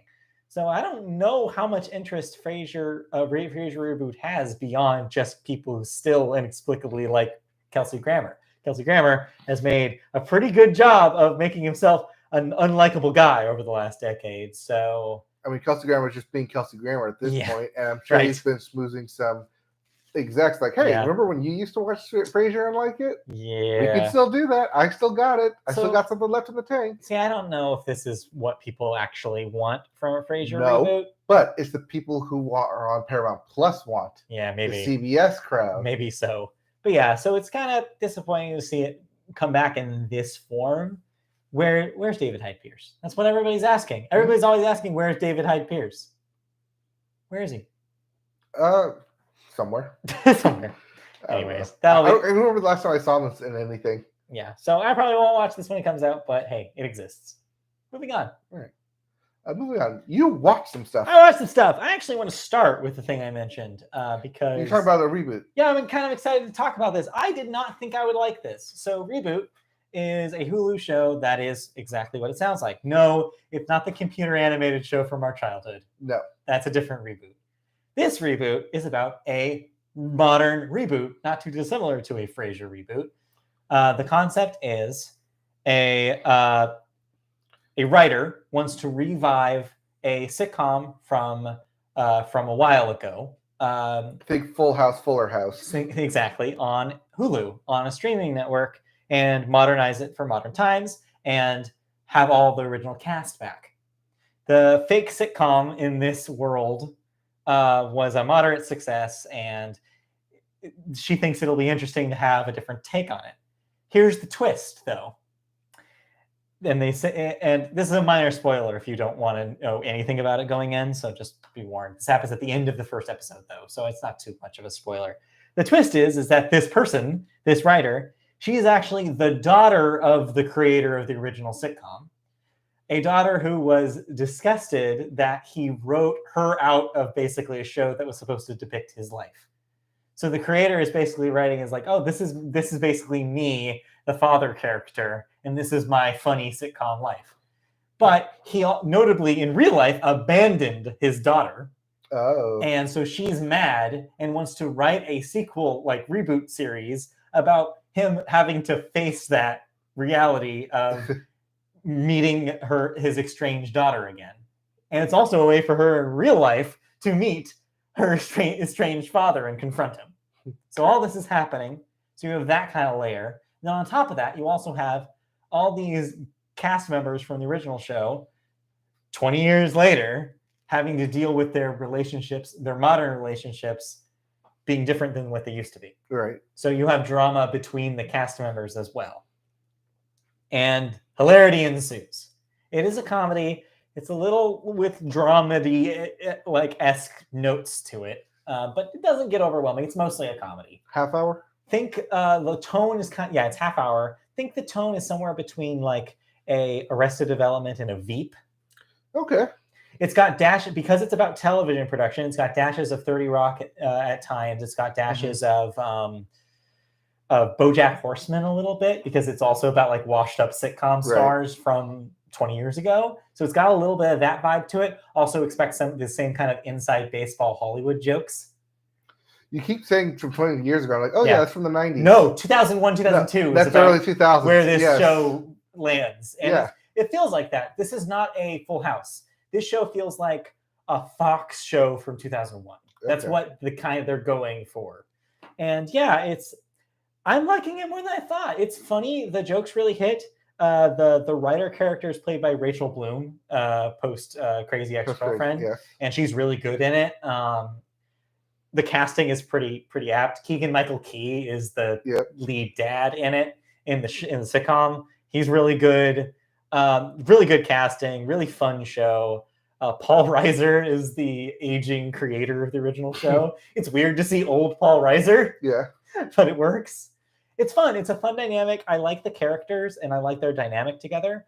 I'm not quite caught up. The season is in the middle right now on Hulu. It is a weekly release schedule. Okay. But yeah, it's a lot of fun. I'm having a lot more fun and I'm really enjoying it. So if that sounds appealing and if you like a show about the production of television, I think you'll have a lot of fun with it. Well, I do like a show about. I think there's a lot for you to like here. I think you should give Reboot a shot. Okay. So yeah, I'll catch back up at the end of the season, but so far so good. So I keep seeing like the commercials for it. Yeah. They keep highlighting Keegan-Michael Key and Judy Greer. Yes, Judy Greer also great in this. But now they say that Rachel Bloom's in it. I'm like, Rachel Bloom is in it. I should check like I said, I feel like they don't want to give away the twist. Right, they bury the twist until the end of the episode, so they don't really want you to think like, oh, this is Rachel Bloom's show. Yeah. This is not really. It's kind of like I said, there's a balance there between what's happening with the writer and the creator and what's happening with the cast, and of course, those intertwine by episode 2. Yeah. Like they start getting mixed in and involved once the production of the show actually started. Right. Well, I think like they're the Judy Greer and he might are the bigger names, bigger faces people would recognize probably more. Yeah, you're right. There's a lot of that. But then, like I said, like Bloom has her own like core audience that kind of follow with her. Yeah. I heard a boop. Do you want to check the streaming, see if we have something? We got a boop? Yeah, I think we got a boop. Oh, nope, it wasn't from here. You must have had a different tab that booped. Nope, probably. Anyway, but yeah, so like it's fun, and a lot of the characters are like those archetypes that you'd expect. Including one that's pretty good. The child star from the original run is now like in his 20s. Yeah. But he still acts like a child star. So his mom still shows up to the recordings. He's he talks like he's like a teenager still. He's always trying to talk to people about like the movies that he was in when he was younger. Like it's pretty good. It's very well observed comedy and it works really well. And this is only on Hulu? It's only on Hulu. Okay. And it's about Hulu. There's a fictional Hulu like in the show, in the world of the show. So they're constantly making fun of themselves, which is pretty good. I love it when they do that. Yeah, there's a VP of comedy that says that just says she actually hates comedy, which is pretty good. It's a pretty good bit. Anyways, let's move on. I also wrapped up the season of A League of Their Own on Amazon. Okay. I'm happy to report that it was consistently good through the entire season.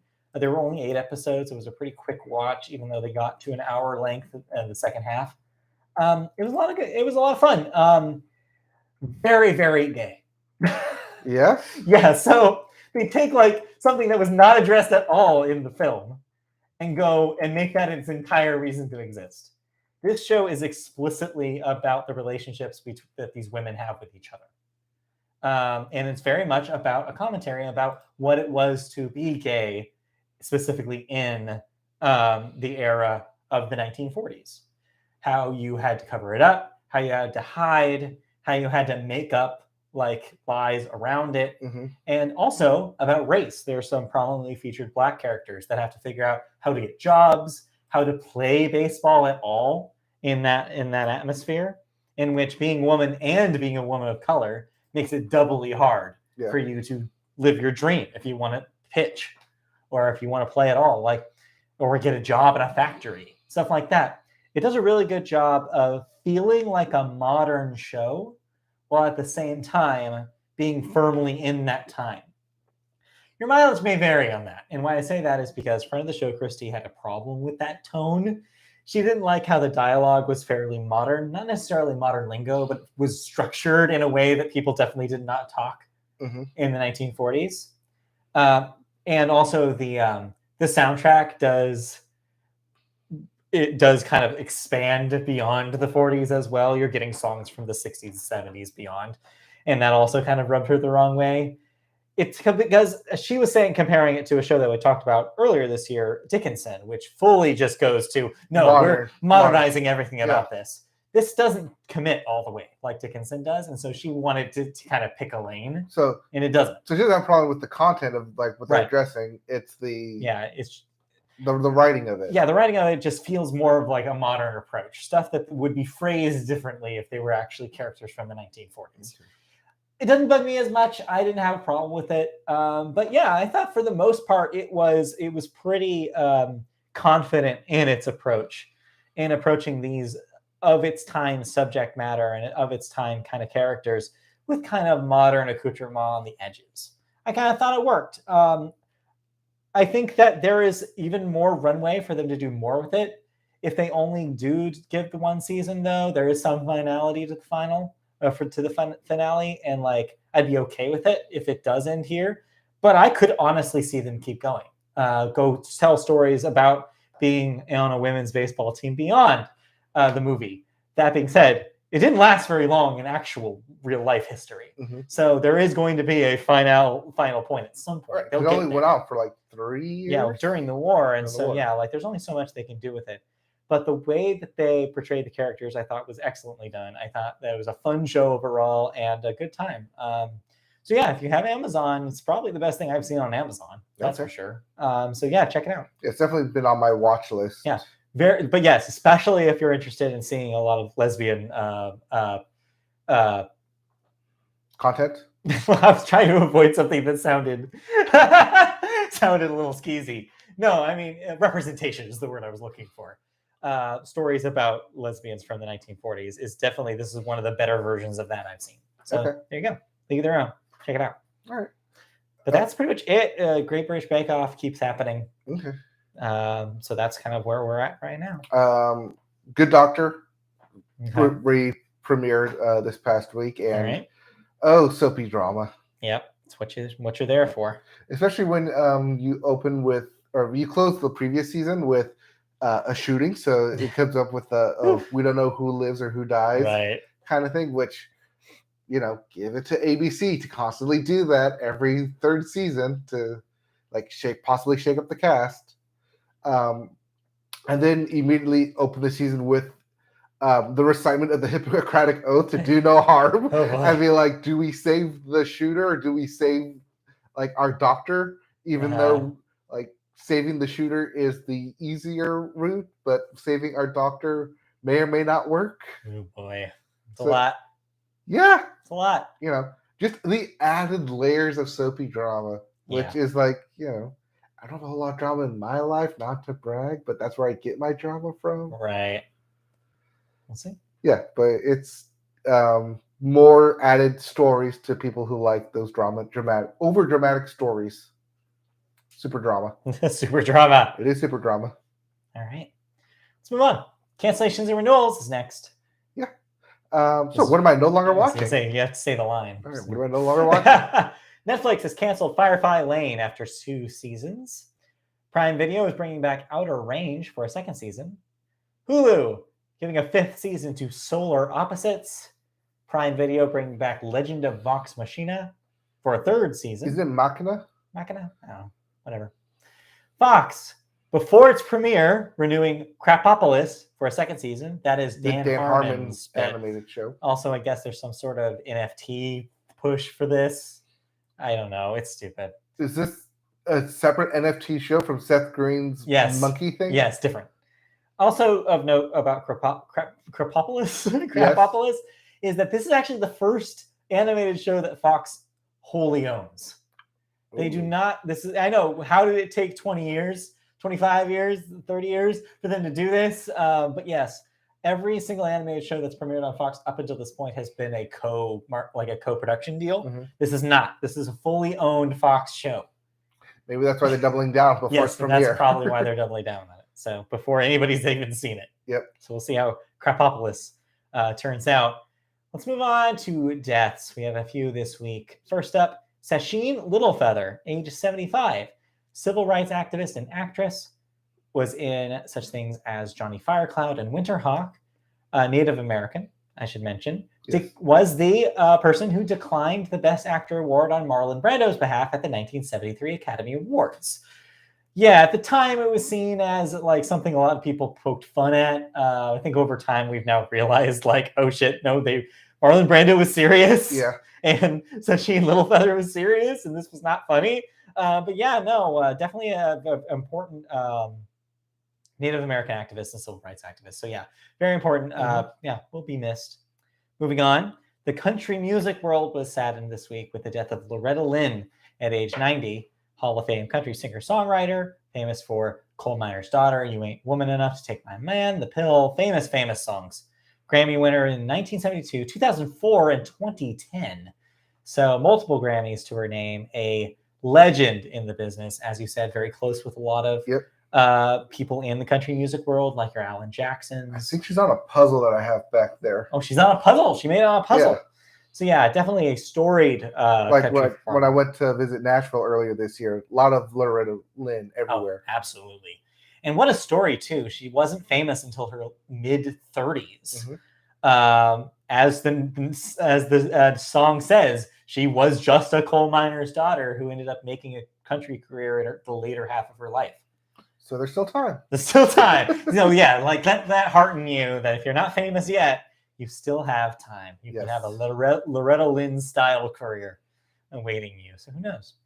So yeah, that was the sad one. And lastly, wrapping up the deaths this week, Lenny Lipton, age 82, a poet and lyricist, brought us Puff the Magic Dragon.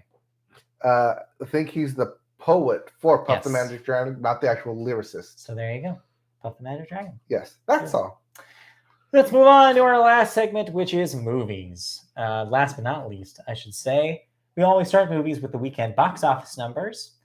And number one, hey, if you like horror movies, it's time to smile, because Smile was your number one debuting movie this week, $22.6 million. Yeah, so not a happy smile, more like the creepy smile. Like you got $22 million smile. Hey! Moving down to number two this week, Don't Worry, Darling, with $6.8 million, adding to a $32 million total. Yep. Number three, that dropped The hard. Woman King, dropping also this week, $6.8 million. That's at 46 domestic. Number four, the re-release of Avatar, made another $5 million, $18 million for the year, over $2 billion total. Over $2 billion, yes. And then rounding out your top five, a disappointing showing for another debut this week, Bros, $4.8 million. I will talk about Bros a little later in the show. Yeah.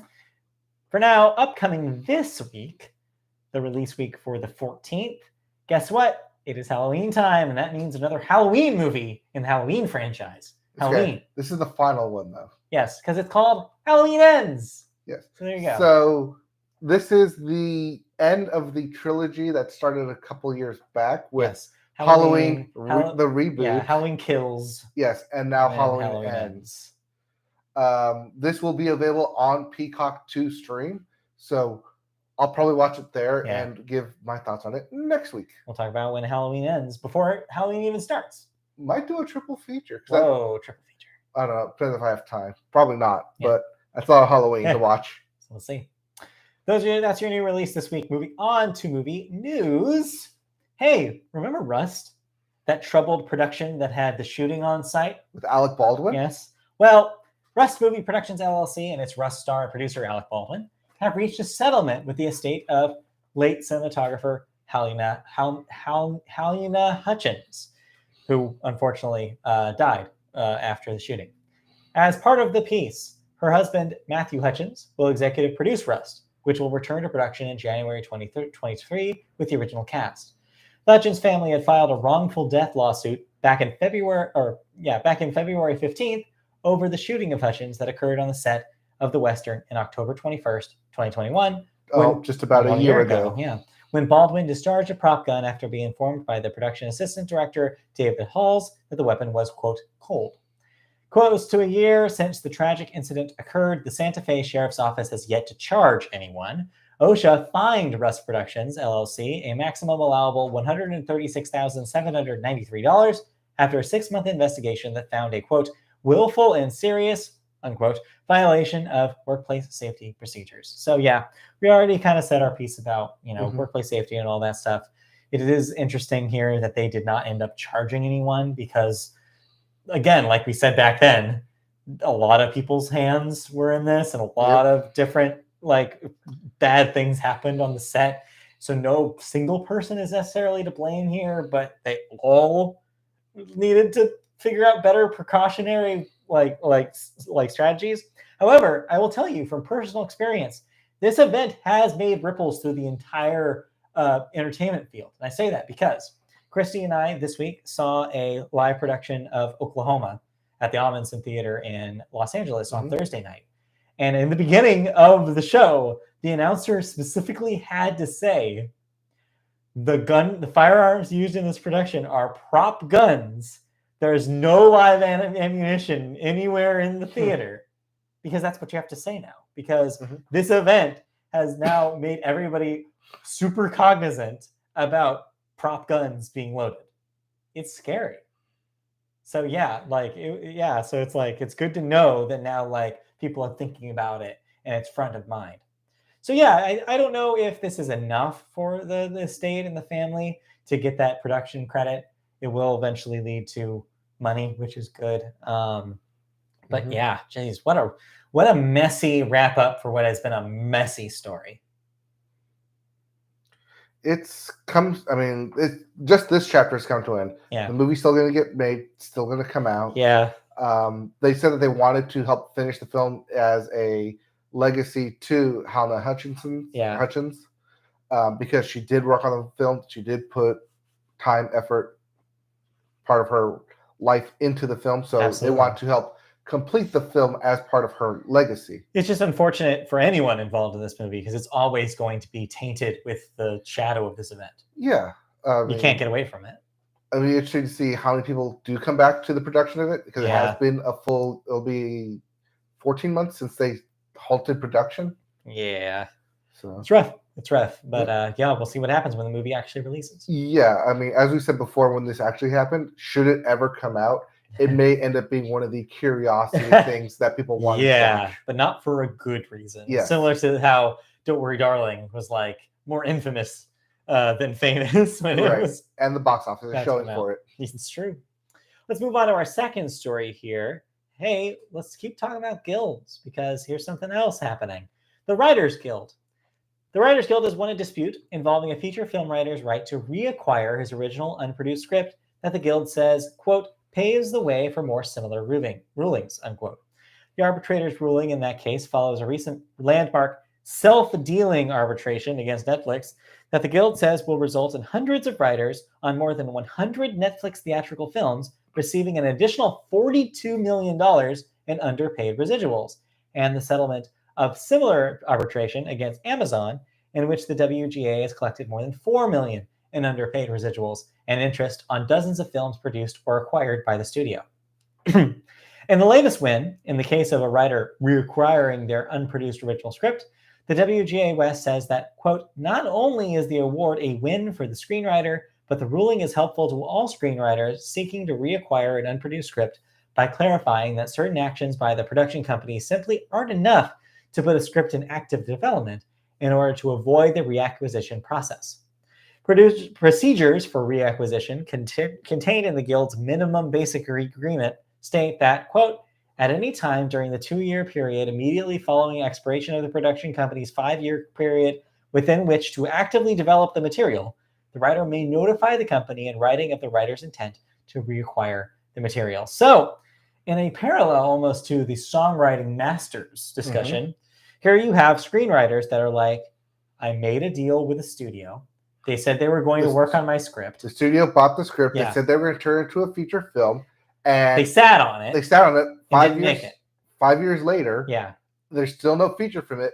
I want to get that back and take it to another studio. So the WGA is working to make it easier and basically doing back pay for people who had this experience. Being like, no, you should be able to get your script back, shop it around again. So that way they're not just sitting on it forever and you don't make money off of it. Right. Because the the word they use is active development as a company, and that could mean anything from, oh yeah, we had a meeting on it 3 months ago. Yeah. Or like we have someone doing rewrites that we hired 5-6 months ago that we're still waiting to get back. It was on my desk, I swear, I read it. Yeah. It's just that they have the script, and for some of these writers, like they put their heart, soul, like they love these scripts, and they get excited when they get bought, think it's going to turn into something. Yeah. And then when nothing comes of it, it's like, well, I did all the work for this, but I don't see any payoff. Like you got money for it because you bought it, but there's no, you can't point to it. You can't say, I wrote for this script. Yeah. You can't watch it because it never got actually produced. I swear they bought it. They just didn't make it. Yeah. It's rough. But this will hopefully allow more flexibility with that process or avoid that process altogether. What it will also do is allow for other companies and other production studios to buy up scripts that people are sitting on. Like, hey, this is actually a good script. You know, we can actually get this thing funded and produced. And like, there's probably some, if you probably look at the blacklist scripts from the last like 10 years, there's probably like 5 of them that never got produced. Right. And because of shit like this. And so this will hopefully avoid that happening. Right. I mean, hopefully this avoids like even the blacklist being created of like, hey, like we love the scripts, but we just couldn't get it working. Right. So we'll see. This could be good moving forward. So that'll do it for television or movie news. Yes. We watched some movies. We watched quite a few, actually. 3 movies and a trailer. So why don't you start? So I didn't. Last week I said we were going to try to watch Hocus Pocus 2. We didn't. But you did. You didn't? No, we didn't get around to it. I told you to. We were watching other stuff. We were busy. But yes. I know. Just like you told me to listen to music and I don't. You don't do it. Yeah, you don't do my homework. Why would I do your homework? Anyways. So yes, Hocus Pocus 2, the sequel to Hocus Pocus. Yes. 29-year sequel, as they point out continuously throughout the film that it's been 29 years. Yeah. Which would be really weird if it like skipped this year and happened next year. And be like, oh, 29 years. We have it in the dialogue. Or they do the cutaway just to like ADR the 30-year in it. Maybe. But yeah, it's a sequel to the original Hocus Pocus where the Sanderson sisters are once again resurrected to come back to haunt Salem and procure their magical elemental book in order to cast the spell on you. Cast the spell on the town in order to regain their powers of witches. If, as far as an actual like sequel, it works in most parts, but at other times it does feel like a forced 29-year sequel. Because, like, yeah, a lot has changed between now and 29 years ago. A lot more technology, a lot more automation. But at the same time, actors have aged. You kind of feel like they're running a bit slower. There's a lot more nuances and a lot more meta commentary because in the film, like the events that happen in Hocus Pocus are town lore, are town legends. Like they actually exist and they tell about them 29 years later. So like they know about the stuff that happened 29 years ago. And yet here we are kind of repeating the same steps. It was like, did you not learn your lesson from the first time of bringing them here? Right. We didn't learn anything. Yeah. I was like, oh, you didn't learn anything or like how to like fix things. In the end, the power of friendship wins out. Because of course it does. Because of course it does. This is still a children's movie. It is. Let's be real. Also, the power of surprise. I am related to a actual witch, and therefore I have witch powers. Because this is a kids' movie, and I am the chosen one. Yeah. Yeah, it's a sequel. It does sequel things. Yeah. Very much for the kids. I've seen a lot of people on the internet trying to proclaim this as an instant classic. You're wrong. No. It's a good companion piece to the original Hocus Pocus. But again, it does at times feel like trying to top and one-up a 29-year-old film. Yeah. It does just enough to make it a good companion piece, but not good enough to stand on its own as an instant classic. I mean, that's the reboot problem, right? Which is like if your nostalgia is your crutch, you're not going to feel like a new thing. And that's what I feel like a lot of these like takes that I've either like seen or heard from is that crutch of I've just like grown up watching Hocus Pocus like every year because it's a Halloween tradition. This is good. This is perfect. Like it's a good like sequel to it. Like no, have your nostalgia glasses on there saying it is because of your love of the original Hocus Pocus. It does not stand on its own. It's not a good sequel. It's a good companion piece. Sure. And I think that maybe is the best lens to look at these things through. Because, they do mostly feel like that. And they maybe we are viewing it wrong by saying that it's a sequel. Maybe we don't need to make these always sequels. Maybe they can coexist. Yeah. And, like, not be as nearly as important, I guess. But, I don't know. It's neat that they made it, but, it doesn't sound super necessary. Like, you can watch the first one without needing the second one. Right. Yeah. Same way, you kind of need the first one to understand parts of the second one. Like, especially, like, the big reason of why the Sanderson sisters come back. Fair enough. Now, you can tell it was October because not only did you watch something with witches, you watched something with werewolves. Yes. Marvel. Yes. Werewolf by Night by none other than directed by and scored by in a rare dual feat. Yes. I think he was also co-written on this, co-writer on this. The Shohei Ohtani. Yes. The multi-hyphen Michael Giacchino. Hey, Michael Giacchino. So we actually reported on when this thing was first announced, I think a year ago, that they were doing this. And Michael Giacchino, yes, the guy who scores pretty much everything for Disney at this point. Yes, Academy Award-winning composer Michael Giacchino was directing Werewolf by Night. Yes. So for those of you who don't know, a little bit of backstory and comic book kind of blending into this. Werewolf by Night is a comic book, basically a one-off, one-shot series that Marvel did as part of its horror genre. They did a lot of these one-shots for like that involved werewolves, Dracula, vampires, swamp things, like the mystical and the macabre. At the same time that people, when comic books were changing and getting more into the superhero genre, more into the sci-fi genre, that there was still an element out there of people who wanted horror comic books, and that's where the Werewolf by Night comes from. Okay. It exists within that horror scope of the Marvel universe. Okay. Where it can be seen as like both its own separate thing, but as this thing, as Werewolf by Night kind of implies by the end of it, could eventually morph itself into the actual MCU should they ever want it to be. But right now, it's standalone as a one-shot, one-off. 50 minutes, not even technically a full hour with credits. Okay. I think the whole runtime is 54, but it's about 50 minutes, like 45, 50 minutes in length. Yeah. It's black and white, right? Black and white and red all over. Ah, I see. Okay. They did a Sin City. Yes. There's a splash of color coming from the Bloodstone, which is both an object and a person. Okay. Sure. So Bloodstone is the name of an actual character, but it's also the name of the object that they're trying to vie for. This felt like an instant classic more so than people were talking about Hocus Pocus 2. Right. This felt like not just only an homage to the old 1940s, 1950s, George A. Romero, Night of the Living Dead horror films, but in a modern classicalization of it.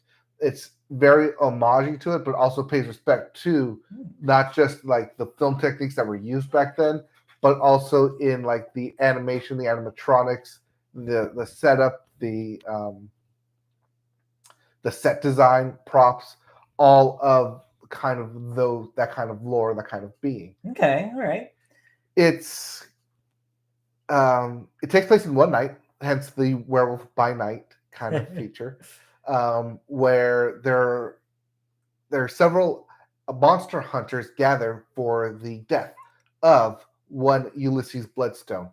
And per his wishes, whoever hunts the monster currently in the maze garden will henceforth be attributed to with the actual Bloodstone MacGuffin. Got it. So it's both like a one-night hunt. Think, what's the short story? Most Dangerous Game. Yeah. But also interfamily problems because Elsa Bloodstone, the long-lost daughter, has come to crash the party.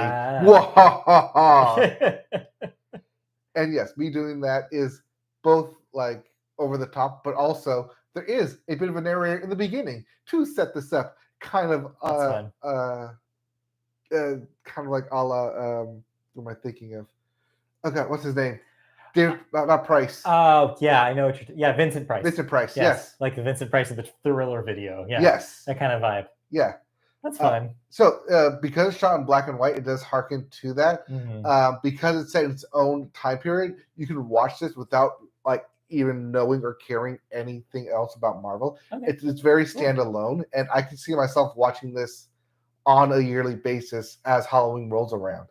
It's got the right amount of suspense, not necessarily like gore horror, but like shock horror and just the way it was shot, the way it moves around with the camera, the long takes, the little details, and like the extra added film grain and like cigarette burns to know like when the reels change, which is also like when the acts change. Very smart, very well done. I really, really enjoyed this, both from a like production standpoint and also from a just visual achievement. Of getting this thing not just created, but also telling a self-contained story that doesn't have to bleed into the rest of the MCU. Yeah. Okay, cool. Like it could. So, of course, the underlying question here is, how's Giacchino's directing stuff? It seems like he's got a future in this realm? It's very basic. Sure. From a first-time director. Nothing like that screams like, oh my God, like this shot like helped make this. But it does help when you like, if you're gonna steal from the best, right, and if you're gonna steal from the best and steal from a certain genre, yeah, you know, your shots might as well match up. So it's not like the best thing directed, but it's also like not exactly like worst first-time director. What the hell do you think you're doing here? Okay, yeah, sure. I mean, yeah, if you're like working on a Disney production, that kind of helps. I'm sure. Right. You get the backup. Yeah, you get the backup. You get all the previs, so you know what exactly you're shooting before you actually like step on a set to shoot anything. Well, good for him. Seems like a perfect thing to cut your teeth on direction, and it seems like it's a fun time if you want something a little creepy going into the Halloween season. So yeah, cool, good, awesome. I saw something that's not scary. Well, it was scary for straight people. Well, as a straight person, I wasn't that scared. But yeah, so I saw Bros, which is the romantic comedy starring and written by, or co-written by, I believe, Billy Eichner. Yes, I believe this also... Billy on the Street fame. Yes. Of Parks and Rec. Yes, he's had quite a career, starting out doing like YouTube videos, essentially, and then kind of gaining more cred as he started acting and started being involved in other things, and he's kind of made a name for himself. And he's here with his first with his film debut in Bros, which is, like I said, it's a romantic comedy. And yeah, the marketing wants you to believe that like this is a huge deal, and Billy Eichner wants you to believe this is a huge deal because it is, and it is in a certain light, as it is one of the first times that a major studio has greenlit and produced a gay romantic comedy and marketed it as a big release. That's important, and it is a big deal. And I don't blame Billy for being out there and being like, you know, like, this is important, please see this movie kind of thing. But as for the actual movie, it's a romantic comedy. It's not doing anything so revolutionary or off, you know, like off base that it's like extremely notable or like feels like a watershed moment for the genre. None of that. However, what it is, though, is a very good romantic comedy. I think the script is excellent. I think it's really smart. It's a very modern version of the romantic comedy. It's very realistic in the way that the characters interact with each other, how they communicate with each other. It's not love at first sight. It's definitely not. It's more complicated than that. There's a back and forth with a relationship that feels like a real relationship. A lot of issues that I've had personally, in fact, kind of come up here. And just because it's gay people does not like a gay couple does not change any of that. It's a very natural feeling story that they're telling here that just feels like a real relationship. Is it kind of cheesy? And do you get that, warm, cozy, happy ending at the end? Of course you do, because you have to do it. Because ultimately, that their community has not had a whole lot of representation that has happy endings. There's that stereotype about the gay stories always end with someone dying or someone sick. And it's like, It doesn't have to be that way. And Bros is a good example of, no, it doesn't have to, we don't have to have the sad ending to feel legitimate, for it to feel real. Like, you can give yourself the nice, comfy, happy ending. Why not? And it does do that.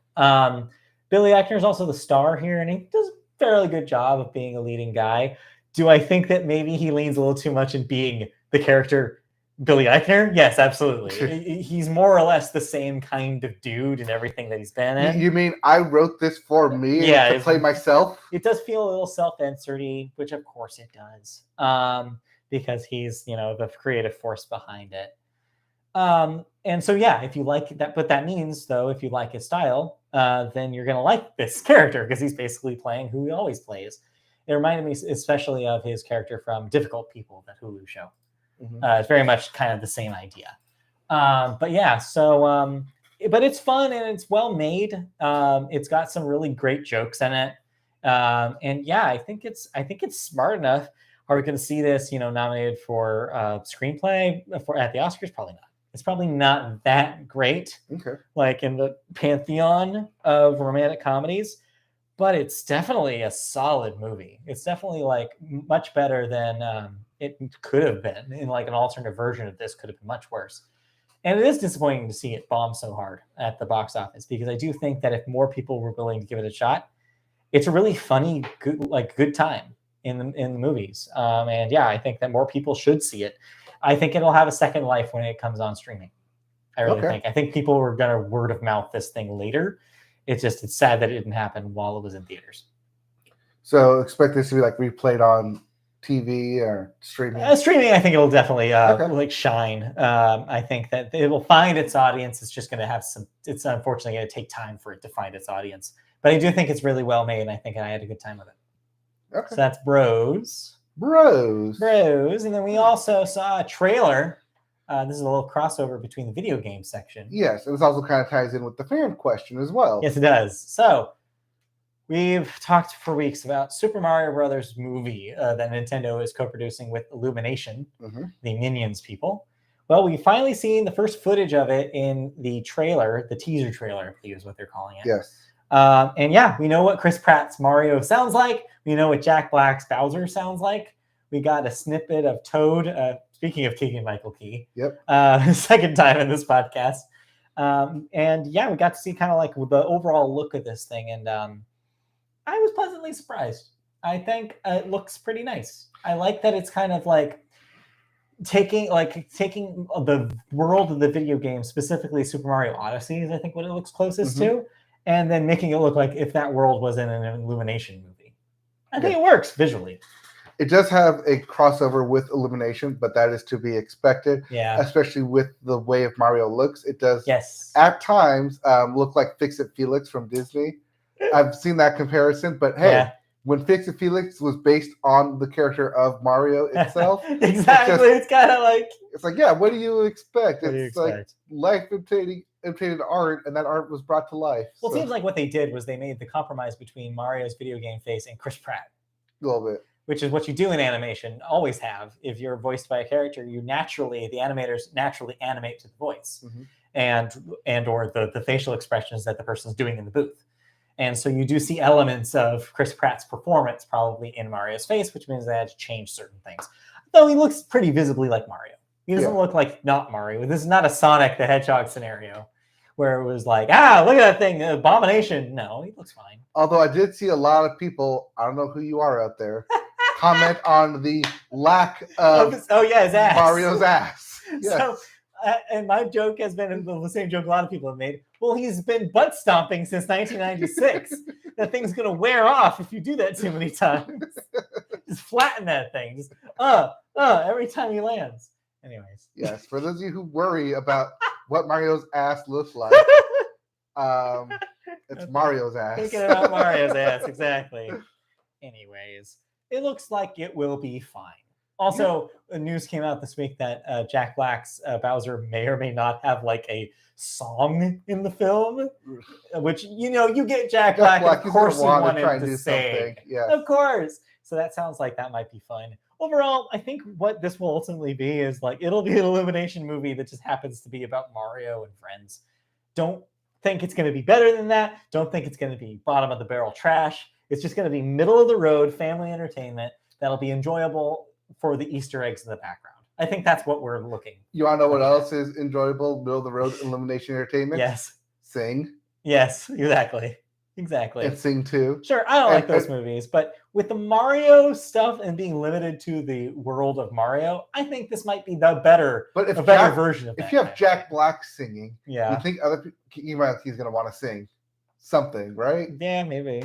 Yeah, there might be more musical in this than I would love that, honestly. Really? That would sell it for me if this was more musical. And I wanted to save this for last in this conversation. All right, what do you think about the Mario voice? What was your take? It's Chris Pratt. Yeah. It's just Chris Pratt. But it's Chris Pratt with a little bit of something at the edge. It's like he's trying to go for like New Yorker, like a Brooklyn kind of thing. Like a New Donk City? Yeah, he's almost, but it's like, it's pretty basic until like the ends of the phrases. He tries to like New York it up a little bit. It almost sounds like he watched Bob Hoskins in the original Super Mario Brothers movie, and was like, I can kind of do that, because there were a lot of people being like, is he going to do the Charles Martinet like Italian "It's a Me" thing? Yeah. No, apparently he's completely he's not doing that at all. He's going for New York instead of Italian, which I think is the right move for a 90-minute film. Yes, I think this is what you do, because if you have 90 minutes of it's a me, it's going to get. It's going to be terrible. It's going to screech through the parents' ears. Worse. So I think he made the right choice. I think people are though right to be like, it's Chris Pratt. Mm-hmm. I like that a lot of people are comparing his voice to Linda Belcher from Bob's Burgers in moments. I'm like, it does kind of a little sound like that, doesn't it? But yeah, it'll be interesting to see when we hear more dialogue out of Mario, because he'll be talking throughout this whole thing. I assume too. Well, once we get like a full actual story trailer. Also, screw with the internet things. I love Keegan-Michael Key's Toad. I think it's perfect.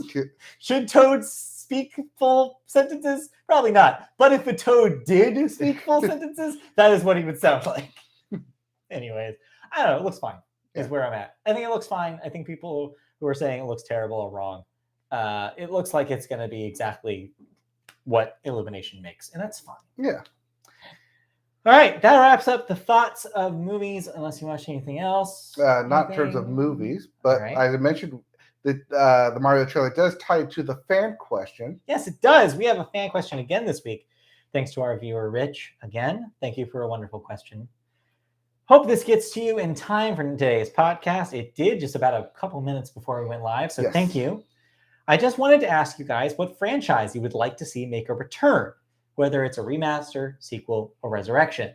I'd love for them to bring back Joss Whedon's Firefly and get a nice conclusion to that.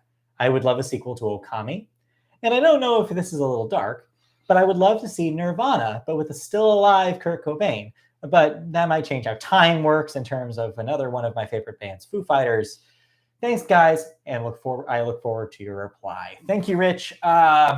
So, first off, Firefly did get a nice conclusion. Mr. Semantics. It was called Serenity. It was called the film Serenity, but it's true. Yeah, but it doesn't count. Also, Okami did get a Okami got a DS sequel, Okami Den. I don't think anybody played it. So clearly, Rich didn't play it. Because I think that was pretty late in the DS. I'm pretty sure Okami 2 was a thing, right? I don't think Okami 2. Maybe it was announced at some point, but I don't think they ever actually put out an Okami 2.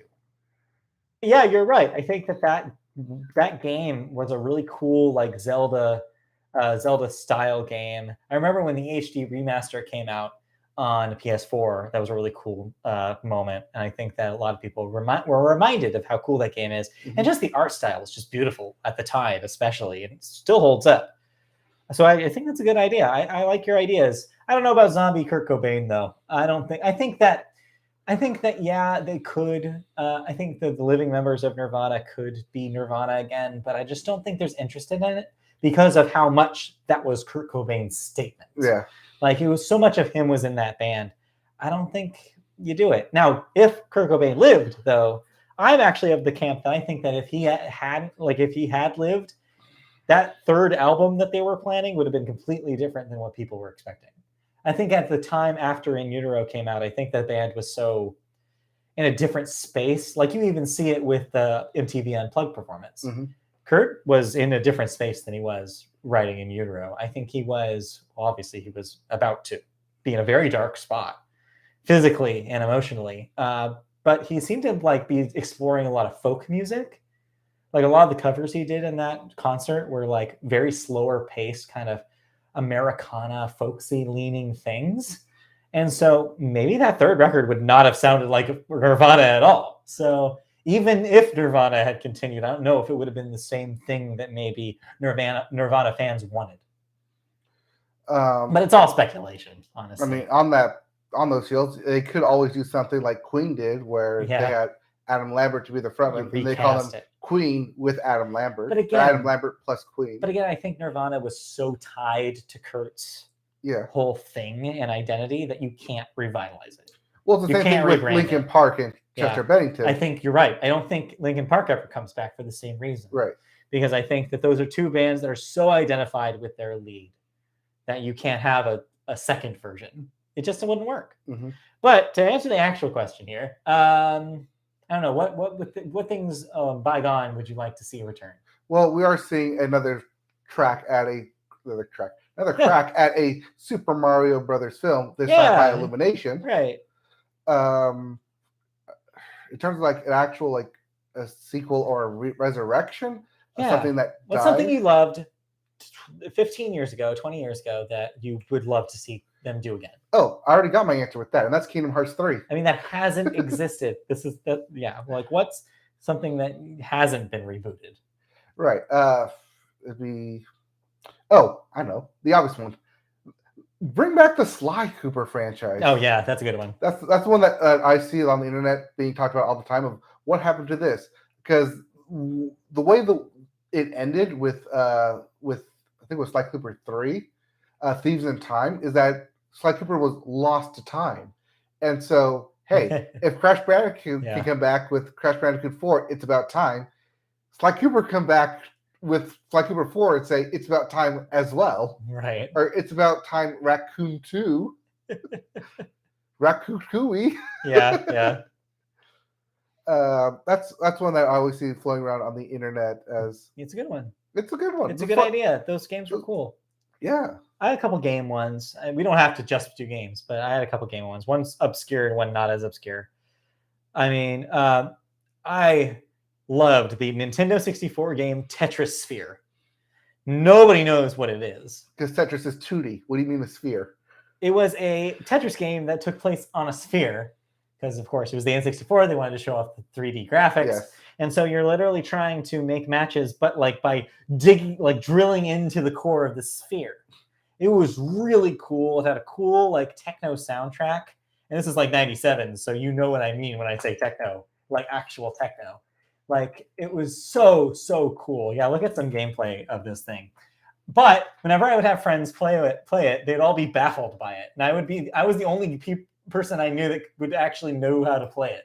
So I'd have people play multiplayer with me and they just get owned. I would just destroy them in Tetris Sphere. But it's a cool ass game that nobody remembers and just a blip on the Tetris radar. I would love to see a modern Tetris Sphere. One of those, it's Tetris. Yeah, it's Tetris, but not, because you're going down. You're destroying blocks instead of, with Tetris, you're destroying blocks eventually. Mm-hmm. But mostly what you're doing is stacking them. This, you're kind of moving them parallel to each other to destroy them. Yeah, anything touching parallel is what they do. This is not how I play Tetris Sphere at all, by the way. Anyways, So yeah, it's a fun game that no one remembers that I think would really work now. It's just that I don't think it'll ever happen because of how the Tetris rights are all over the place at this point. And I think the original developers are long dead. Not like not actually dead. You know what I mean? The company doesn't exist anymore. But yeah, I love Tetris Sphere. The more obvious choice I would have is I really would love. I know they're still releasing DLC for Rock Band 4, and I would love to see what they would do. What a modern, like a brand new Rock Band game would look like. What new features? Maybe bring back some of the stuff that they did in 3 that they didn't do in 4, like the keyboard controller and stuff like that. Maybe do a like a subscription model for the songs moving forward. That'd be great. I would love a modern Rock Band for the modern world, like based on subscription. Maybe there's like an app that you can use for the singing or something like that. Just modernize it. But unfortunately, again, Harmonix is now owned by Epic. Who knows what happens there? So yeah, it would be I think it would be ultimately impossible to have the Rock Band 5 that I want, but I would love to see them try it. So I'm going to bring up something from TV, anime, that has happened, but I'd like to see them continue to happen. Okay. The Digimon reboot. I don't know if you knew that this was going on. They did do this. I knew this happened. Okay, yes. So the 2020 reboot was a reimagination of the original series. It's all, I think, it's never got a localized release, but it's all, I think you can find most of it either online or people like talking about it online. But it was a good reinterpretation of the original 1999 series, but built for modern times, using a lot more modern and kind of like knowing like how they wanted it to end and how they want to like interpolate like, oh, like after like the 99 series ended, they came out with even more Digimon and even more like more stories, but how to interpret that into the original 99 series. Yeah. But then that ended. I'd like to see them continue that story with the 02 and 03 versions as well. Yeah, that'd be neat. Because there's a lot of stuff and a lot of story threads from those original 02 stories that got dropped, that either got missed, that got cut, especially for localized dubs. There's a lot of stuff in there that they could definitely expand on. And now that they have the foresight and kind of the additional knowledge of fans of those original series, to not just like add their own take and spin to it, but being able to, as we've seen with cartoons over the past several years now, be able to plan out a more multi-series, multi-layered threads to be pulled on. Not just, oh, we're going to throw this in there and maybe we'll pay it off, or we'll throw this in here and it's just going to end up being a one-off. Yeah. That things can be more expanded upon, including parts of like the Dark World that they hinted at but never actually went into. Okay. Because there was several times that they pointed out that it's not just Earth World and a digital world, but they're also like Dark World and multiple layers, and they start like swirling into each other. That because we one have more of like a technology, more of an understanding of what those layers could be, but like other Digimon franchises and games have actually expanded on some of that. Yeah. That you can actually now go back and have this redubbed and like revisited version of the 02 Digimon 02 that can actually like help like tie in and flesh out more of those worlds, more of those concepts, much the same way they did with the 2022 reboot. Yeah, that would make sense. There is ripe for like to retread some of that ground, like bring that back to a modern audience. Like kind of like what they're doing with Dragon Ball. Yeah. I think that's the template, right? Yeah, Dragon Ball Super was brought back. Exactly. Take stories and characters and world that people are nostalgic about and do new stuff in that world that also harkens back to the original. Right, because Dragon Ball Z itself and Dragon Ball GT like ended in the 90s. Right. And now it's probably more popular than it's ever been. Like the movies are huge when they're released in theaters. I mean, the movie was #1 over here. Yeah, it's like not just because of nostalgia. I'm sure there's a lot of the new people are seeing it for the first time too, and enjoying it. So yeah, like I think you're right. There's a template now for resurrecting these older franchises and being like, no, like this, we can prove that this still matters to a lot of people, right? And it works. Yeah, it doesn't always have to like be direct sequels like Boruto. Yes. Less Boruto, please. Yes. No, it can be stuff that takes place like within the same like either timeline or the same universe, just set years later. Much the same way like Legend of Korra Right. was set a generation or two after Avatar. Yeah. I mean, I don't think because the way that series ended, you can't really continue that Avatar story to like have a third Avatar book. Although that may be another one that you could be resurrected. Yeah, that's possible. But they are doing. See, that's interesting though. There is that because they're also doing the live action version, and some of the original creators are working on it. Yeah, they'll be able to go back and now say like, here's the definitive version, the full encompassing Avatar version that they can kind of fix instead of stuff where they were like flying by the seat of their pants, introducing characters here and there because they fit the story.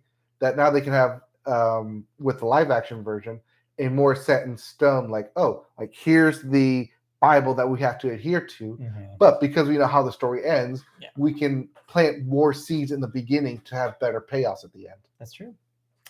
I mean, yeah, I think that ultimately where I kind of sit on this is that, yeah, a lot of the stuff that I would answer this question with already exists. And that's the thing, is that for the last decade, studios have gotten crazy with rebooting and sequeling and bringing back old things. So yeah, ultimately my answer to this is like maybe less, maybe more original stuff, but I get why it happens. And but for the reasons why you just said, I think there are ways to do it that aren't just cash grabs, that explore some interesting things like wrinkles that maybe didn't exist. It's the difference in the two types of, I hate that we keep bringing up Disney here, but the two types of Disney remakes. Right. Where you have stuff like The Lion King and Aladdin and Beauty and the Beast, which are direct like reinterpretations of the classic animations. But then you have stuff like Maleficent, Witch of Evil, Cruella, possibly the upcoming Little Mermaid, where it's its own defined series or own defined franchise and film, just taking elements from the original concepts. Yeah, there's ways to do it that feel necessary.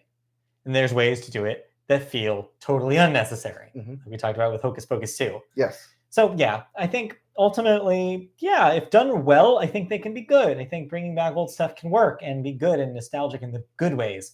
But there's so many ways you can mess it up. But yeah, anyway, good question. Thank you, Rich, again. And thank you, everybody, for listening to the podcast. And that will do it for this week. So join us next time for another episode we will be doing live right here on YouTube. If you want to find our YouTube channel, go to YouTube and search Media Boat Podcast and you'll find it. Like, subscribe, click the bell for notifications for when we go live, typically on Saturday mornings like this. And yeah, you can see our archive of videos on there as well. If you want to listen to us in audio form, you can do so on podcast services such as Apple Podcasts, Google Play, Amazon, iHeartRadio, Spotify, wherever you listen to podcasts, search Media Boat Podcast, and you'll find our feed. You can also find us on social media channels such as Twitter, where we're at Media Boat Cast, Facebook, search Media Boat Podcast to find our page there, MediaBoatPodcast.com for an archive of our shows as well. And then last, but definitely not least, if you want to ask us a question, just like the one we answered just a moment ago, you can email us at MediaBoatPodcast@gmail.com. So do that, ask a question, give us feedback, whatever you want to do, and we'll read it live on the show just as we did a moment ago. So thank you for all of that and more. We'll be back next week for more show, more thoughts, more news, more everything. Hopefully we won't go over 2 hours again. Well, we were stuck on that last question, fan question for a little while there. Well, we just had a lot to talk about this week. Yeah. We'll be back next week for more goodness. So thank you for joining us. More news, more thoughts, more King Gizzard and the Lizard Wizard. Yes, your source for King Gizzard and Lizard Wizard news. All right, see you guys. All right, bye. Bye. So much.